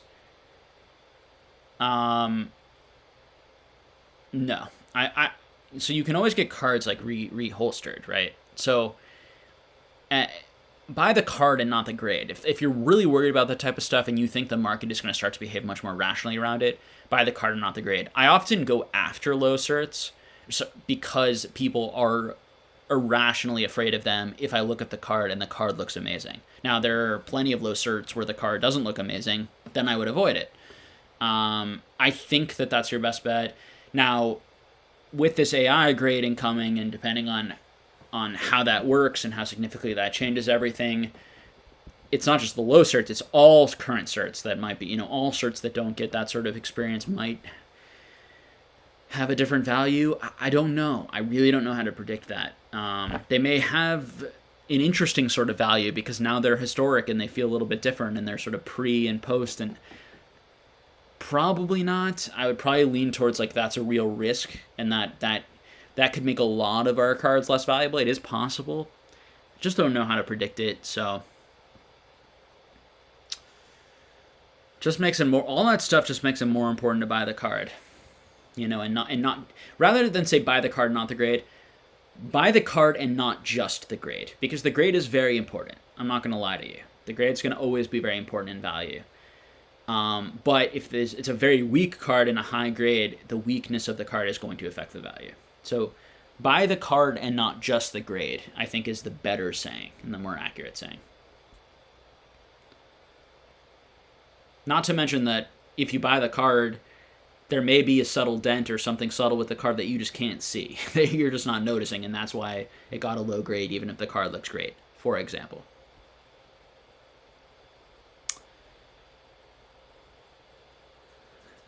Rated A Collectible says Charizard is the Boston Celtics of Pokemon. Historically significant, yet vastly overrated. Very good.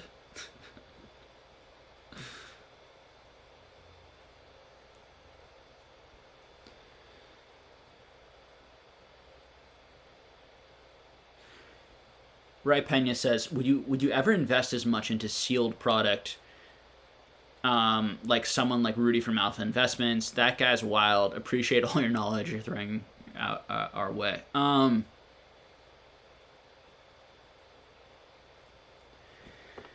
So the sealed product in Pokemon has never... Sealed product Pokemon is interesting. How am I going to think? Let me think about this for a sec. So I think that for most of the time, if not all the time, that I've experienced in Pokemon, for the most part, there's always been better options, I think, in graded cards if you really know what you're doing. And there's always been a lot more money to be made in graded cards than in sealed product. I always felt that sealed product was probably the best or better investment for people who are not as interested or engaged in the market. It's much easier, I think, to just buy that and hold that. You don't have to do all of like the tracking of the population and all this sort of stuff. Now the real thing though that you have to worry about with sealed product is the fakes. I mean, that's terrifying, right? And for someone new, that's really scary.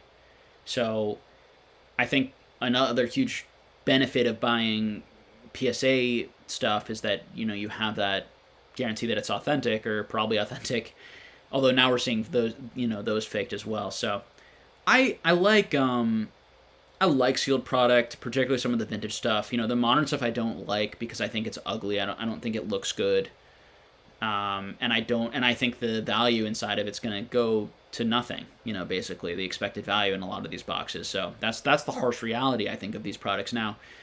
The product themselves is still going to be, it will probably be pretty rare over time, and a lot of this stuff will be open. So I don't know how it will all work. I'll be very interested to see, but I think there are better things to invest in. in the DBZ world and in some other card games, I've been going more into the sealed boxes because they're just much more affordable, and some of them are even much rarer than anything in Vintage and Pokemon. There's a lot less of it, which intrigues me. Yeah, and also in those markets, there's a lot less gem mint stuff graded, and so I think those booster boxes are going to hold a premium because it's going to be the only way to add to those pop reports if it ever gets hot. So this is the type of stuff I think about. I have a lot of thoughts. Some of it's, I think on balance, all of the thoughts are very helpful and help me do a good job and make smart decisions. But a lot of my thoughts will not be true or not, not work out, and I can certainly be overthinking, certain things that are frivolous and unnecessary. Sometimes things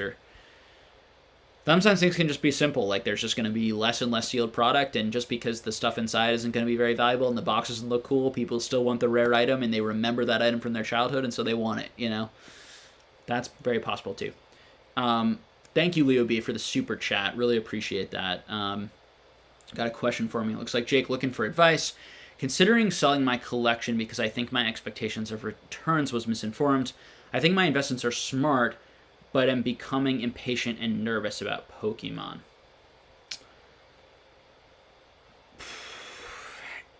Yeah. So I think a lot of people probably feel that way and are in that boat. I do think that it's not a place that I would put my money in generally, this hobby, if you don't really enjoy it. I would not be looking for really good long-term returns on most items from Pokemon as compared to like an S&P 500 index or something, and you're not getting any cash out, and there's all sorts of fees and capital gains you're going to have to pay on things over time. Like there's all sorts of practical reasons why it doesn't make a lot of sense to invest in these items. Now, some of the reasons it did make sense, particularly before, was like it was a Wild West. I think that people who had investing experience could do really well in this space because there was a lot less competition and because it's really fun. Those were all reasons I got into it and engaged in it. And when something's really fun, not only do you put the work and the time in to do well and succeed at it, but life isn't just about money. It's about something that we've always talked about on this channel. It's about doing things that you enjoy, spending time on things that you enjoy. And if you can combine spending time on something that you really enjoy and you also make some money from it, which can help you then avoid doing things that you don't enjoy and or put a roof over your house and take care of your basic needs, all the better. I think if you're feeling that way, and this is maybe general advice for people, I don't know your specific financial situation. There is no answer for this. If I was your financial advisor, which I'm not, and I can't be, I would sit down with you and I'd go through your specific financial situation and try to make a plan for what probably makes the most sense, for you. But generally speaking, I would say that it's not good to sell immediately when you start to panic and feel bad. Patience is generally good. But if you are feeling like you don't like these items now and that and it doesn't feel good to see your items go down 30 to 40%, honestly, just as an investor, you're going to struggle because investments like anything that has any sort of like decent return and thus generally some risk is going to see 30 to 40% retraces. I've seen multiple 30 to 40% retraces on my stock portfolio in my life, multiple times. I've lost, a third of my money plus 3 times in my life. Okay? And it should be expected and built into your understanding of when you put money into anything that's coming, that's going to come. Like that's what I'm expecting. Now, what's dangerous if you try to time things, you can miss out on the growth or on the recovery. And if you now, Z's video was really good this week because it made a very important point that we try to make on this channel, which is that not everything is investable in this hobby. The vast majority of things aren't investable. The vast majority of items are not investable in this hobby. And so if you're holding those thinking like all I need to do is just hold these and time will raise the value of these and I'll be wealthy, like that's probably not going to ever happen. But I do believe there are some items in this hobby where that is true, you know. But I do think it takes patience and also the temperament to deal with those ups and downs, and for it not to phase you, and for you to figure out ways of handling that. I do think it's very good for investors to get used to these downturn periods. This is healthy experience. It's temperament is so key. Temperament is just as important, if not more important, in many instances than intellect and the ability to think through analytics. The temperament to not panic and to understand and make decisions based on rationally what makes the most sense financially or for your enjoyment in your life, rather than make those decisions based on that fear or those negative feelings or that anxiety, is so crucial. So I don't know exactly what you own. If I was your financial advisor, which I am not and I cannot be, and am not trying to be here, we're having conversations here, I'm giving opinions. What I would say to you is it would really depend on your specific financial situation, how much money you have in other assets that are maybe more traditional and less risky. 1, 2, how much you enjoy this stuff. 3, what items you own. Do you own items that seem more risky, less risky? Are you diversified in your Pokemon portfolio? Are you diversified in your collectibles portfolio? Are you diversified away from collectibles, as I was saying before, in stocks, in real estate, in bonds, and in a lot of other things? What's your salary like? Do you have good income? Are you young? So even if you lose this money, as long as you have a good income, are you still able to have money that you can save and put away? All these things are important and true, and it can be overwhelming to think all of this through. And that's where it takes that temperament of patience, and be kind with yourself. And oftentimes the best way to invest emotionally and for your mental health and is to be a value investor, because value investors, they buy things they believe in for the long term, and then they don't have to worry so much when the market retraces or goes up and down, because they believe in it.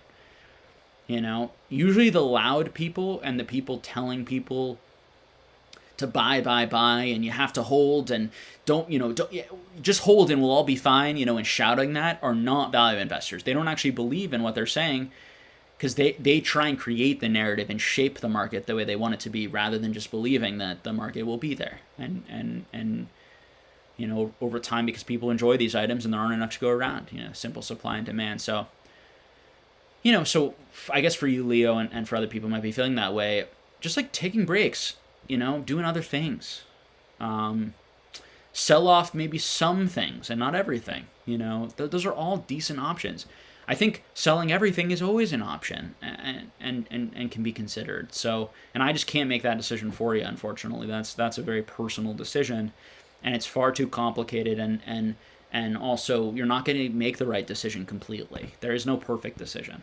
So, and that's all part of the temperament of being an investor too, is that you're always going to miss things. You're always going to make mistakes. You always either didn't buy enough or you bought too much, right? This year, everyone didn't buy enough, or they sold, right? This year, everyone was feeling bad because remember when you saw that card? Oh, I should have bought it. I should have bought it back when it was cheap, right? Even though they were making hundreds of thousands, millions of dollars, they were still feeling that regret of like, I should have bought more while I could, right? This is the investor mindset and the investor temperament of understanding and realizing like that's human psychology. In down periods, it's always like, I should have sold earlier. I hate these items. I'm negative. So being able to expect that from yourself, expect that from other people, and ride those waves of emotion. So hopefully that's helpful for everyone.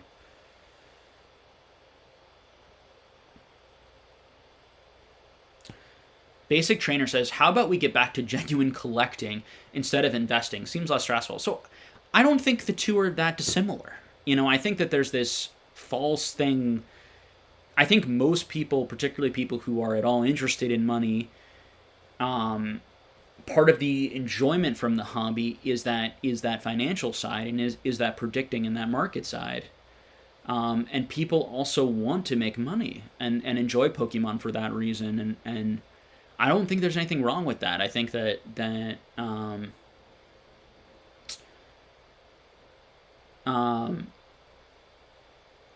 yeah.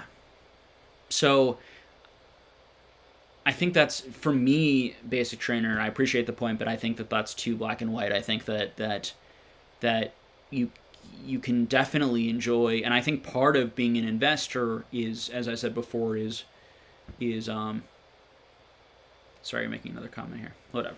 Um, let's see. Pablo M said Z's video though emphasized on the PSA 9 base Charizard, not modern stuff, like you like to point out. So on this channel, as we've always talked about, Pablo, like I've been equally bearish on unlimited base, for example, and first edition commons and uncommons. If you go back to my videos, I made videos on evolutions and unlimited base and first edition commons and uncommons. You know, they're roughly the same. Now I think that unlimited base over time will recover better, even if there's way too much supply in the short run for certain cards. So I do think that it will recover better, but you know, as I've said a long time before, like when I was selling, I sold a bunch of those Charizards at like $6,000. A bunch of those PSA 9 base set unlimited Charizards at around $6,000 to $5,000 is when I got out, and I thought that they may never reach that price again. So that's one of those examples where I really agreed with you know, Z's sort of analogy, and it's how I think about that stuff too. Is, you know, comparing it to, it's like you can own a stock for 20 years and it's a terrible investment if it doesn't go up after 20 years. You know, if you've just recouped all the value, you know, after 20 years of holding, that sucks. You know, that was a bad investment.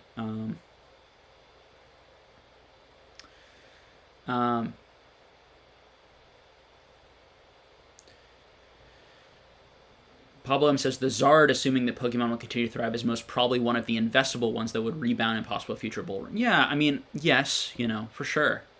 I really hope that Pokemon is at a place sometime in the future where, because of multiple generations in the hobby, like a base unlimited Zard, it starts becoming a little bit harder to find them. I think when there are 100 being sold every day, it's so common that, like, and everyone has them in their collections and everyone has multiple ones. It's like, it's going to take a lot more people interested in Pokemon. It's going to take multiple generations interested in Pokemon. And it's going to take a lot of people owning a lot of those for that to happen. Just because there are so many. All right. You know, demand will always be great, but we need more people, you know.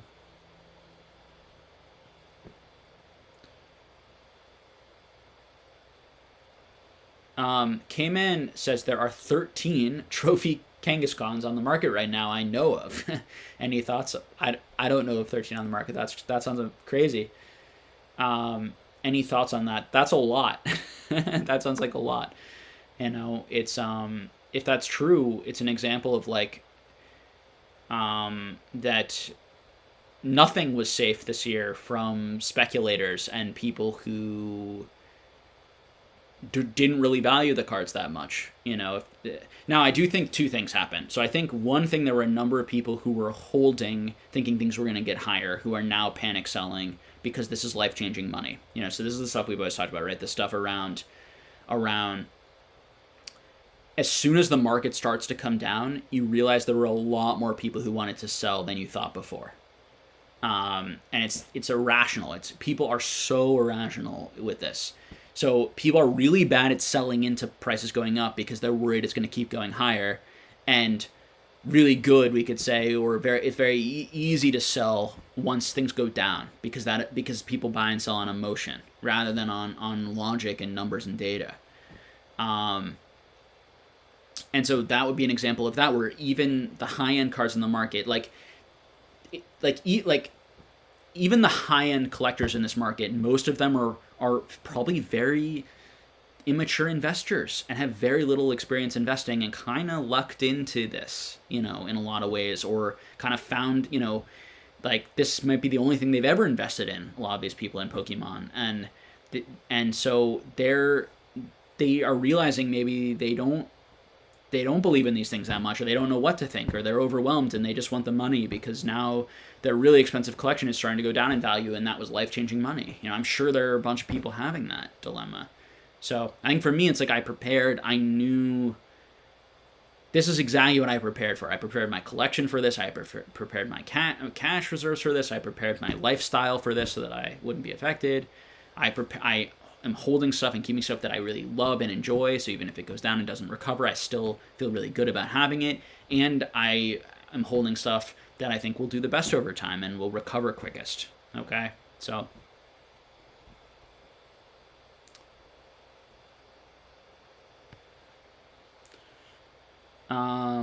Let's see. Aiden M says, hey Jake, enjoyed your discussion on PokeNav about where the bottom or base will be for all the incoming slabs. As slabs go down, how do you see the sealed vintage pack market reacting? Yeah.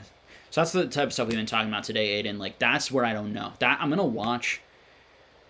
Common sense would say that when the expected value goes down, the sealed packs go down and people don't want to open it up as much. But maybe people don't care that much about it, and it's more about the pack opening and the enjoyment of opening rather than the value of the expected value. I don't know.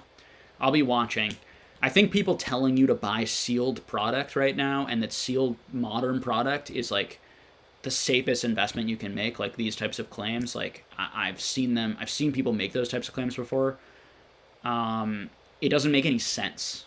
It's complete. There isn't good rationality around. Like they never explain why. People just say those things. You know, I think the positive is that it will always go down in the amount, right? As we talk about, but will the expected value be so low that no one's willing to open it? Will the interest completely wane from that set? And will the interest go on new sets? Will people ever want to revisit these sets? Like, these are all unanswered questions. Now, if you can buy a product at really low price, you're probably not going to lose money on it. And if you lose some money on it, it's probably not going to be a lot. I mean, worst case scenario, the most anyone's lost in Pokemon is like $10 to $20 off of retail. You know, people were having to liquidate some of the worst sets like Crimson Invasion, you know, Roaring Skies when it got that humongous reprint, Evolutions, you know, some of the sets that just were there was either way too much supply or very unpopular. Steam Siege, things like that. People would sell for like $69 shipped, you know, $75 shipped, just to try to get rid of them, $72 shipped, and we're taking significant losses on all of those boxes just to get the money. You know, that will very likely happen in Pokemon again at some point. When that happens, will people still be willing to pay $1,000 for a fairly modern booster box? Some of these boxes, I just can't imagine it. Why would you pay that over $80 for a brand new product with new cards that are exciting and that are going to be just as shiny, just as gold? You know, EV Heroes and some of these alternative arts is better arts than all these expensive sets it had.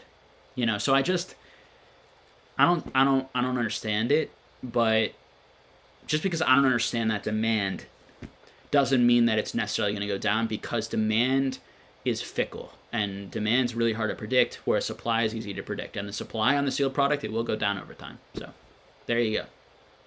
People will open it up.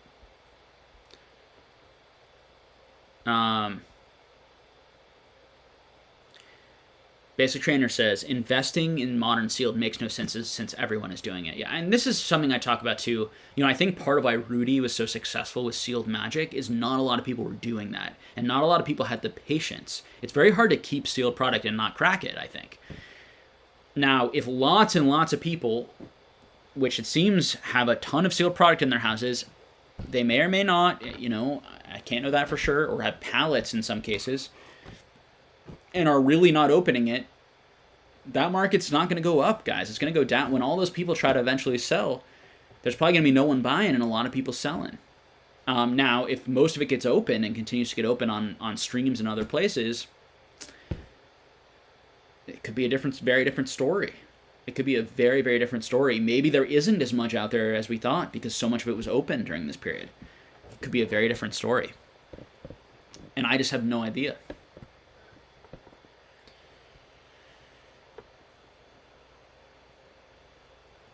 Kane says, hey Jake, what are your thoughts on buying gold and silver as a way to store wealth in case of financial crisis? I don't personally. Not a financial advisor here. I like companies. I've always liked stocks myself. It's always been something that I feel like I can understand. I feel like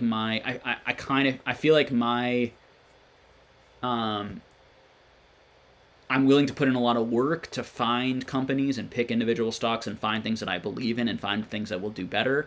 I think that something like gold and silver is great. Also, if you just aren't interested in investing, like putting a little bit of money in gold and silver, putting some money into some, treasury bonds, putting some money into S&P 500 index fund, like the good options, like valid, normal options, okay, that all have their pluses and minuses, is what I would say.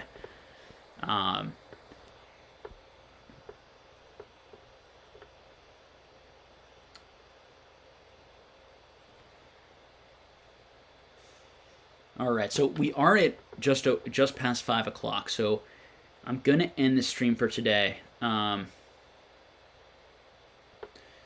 Andrew has a question here. I just got here. Does anyone know if he answered my question about authenticated versus graded cards? I'm not exactly sure what that question was. I'm sorry, Andrew. Next time we'll touch on it, though. Oh. You say, if ever, do you personally consider it better to get a PSA authentic label instead of having the card graded? Are trophy cards that are in poor condition a good candidate? Yeah.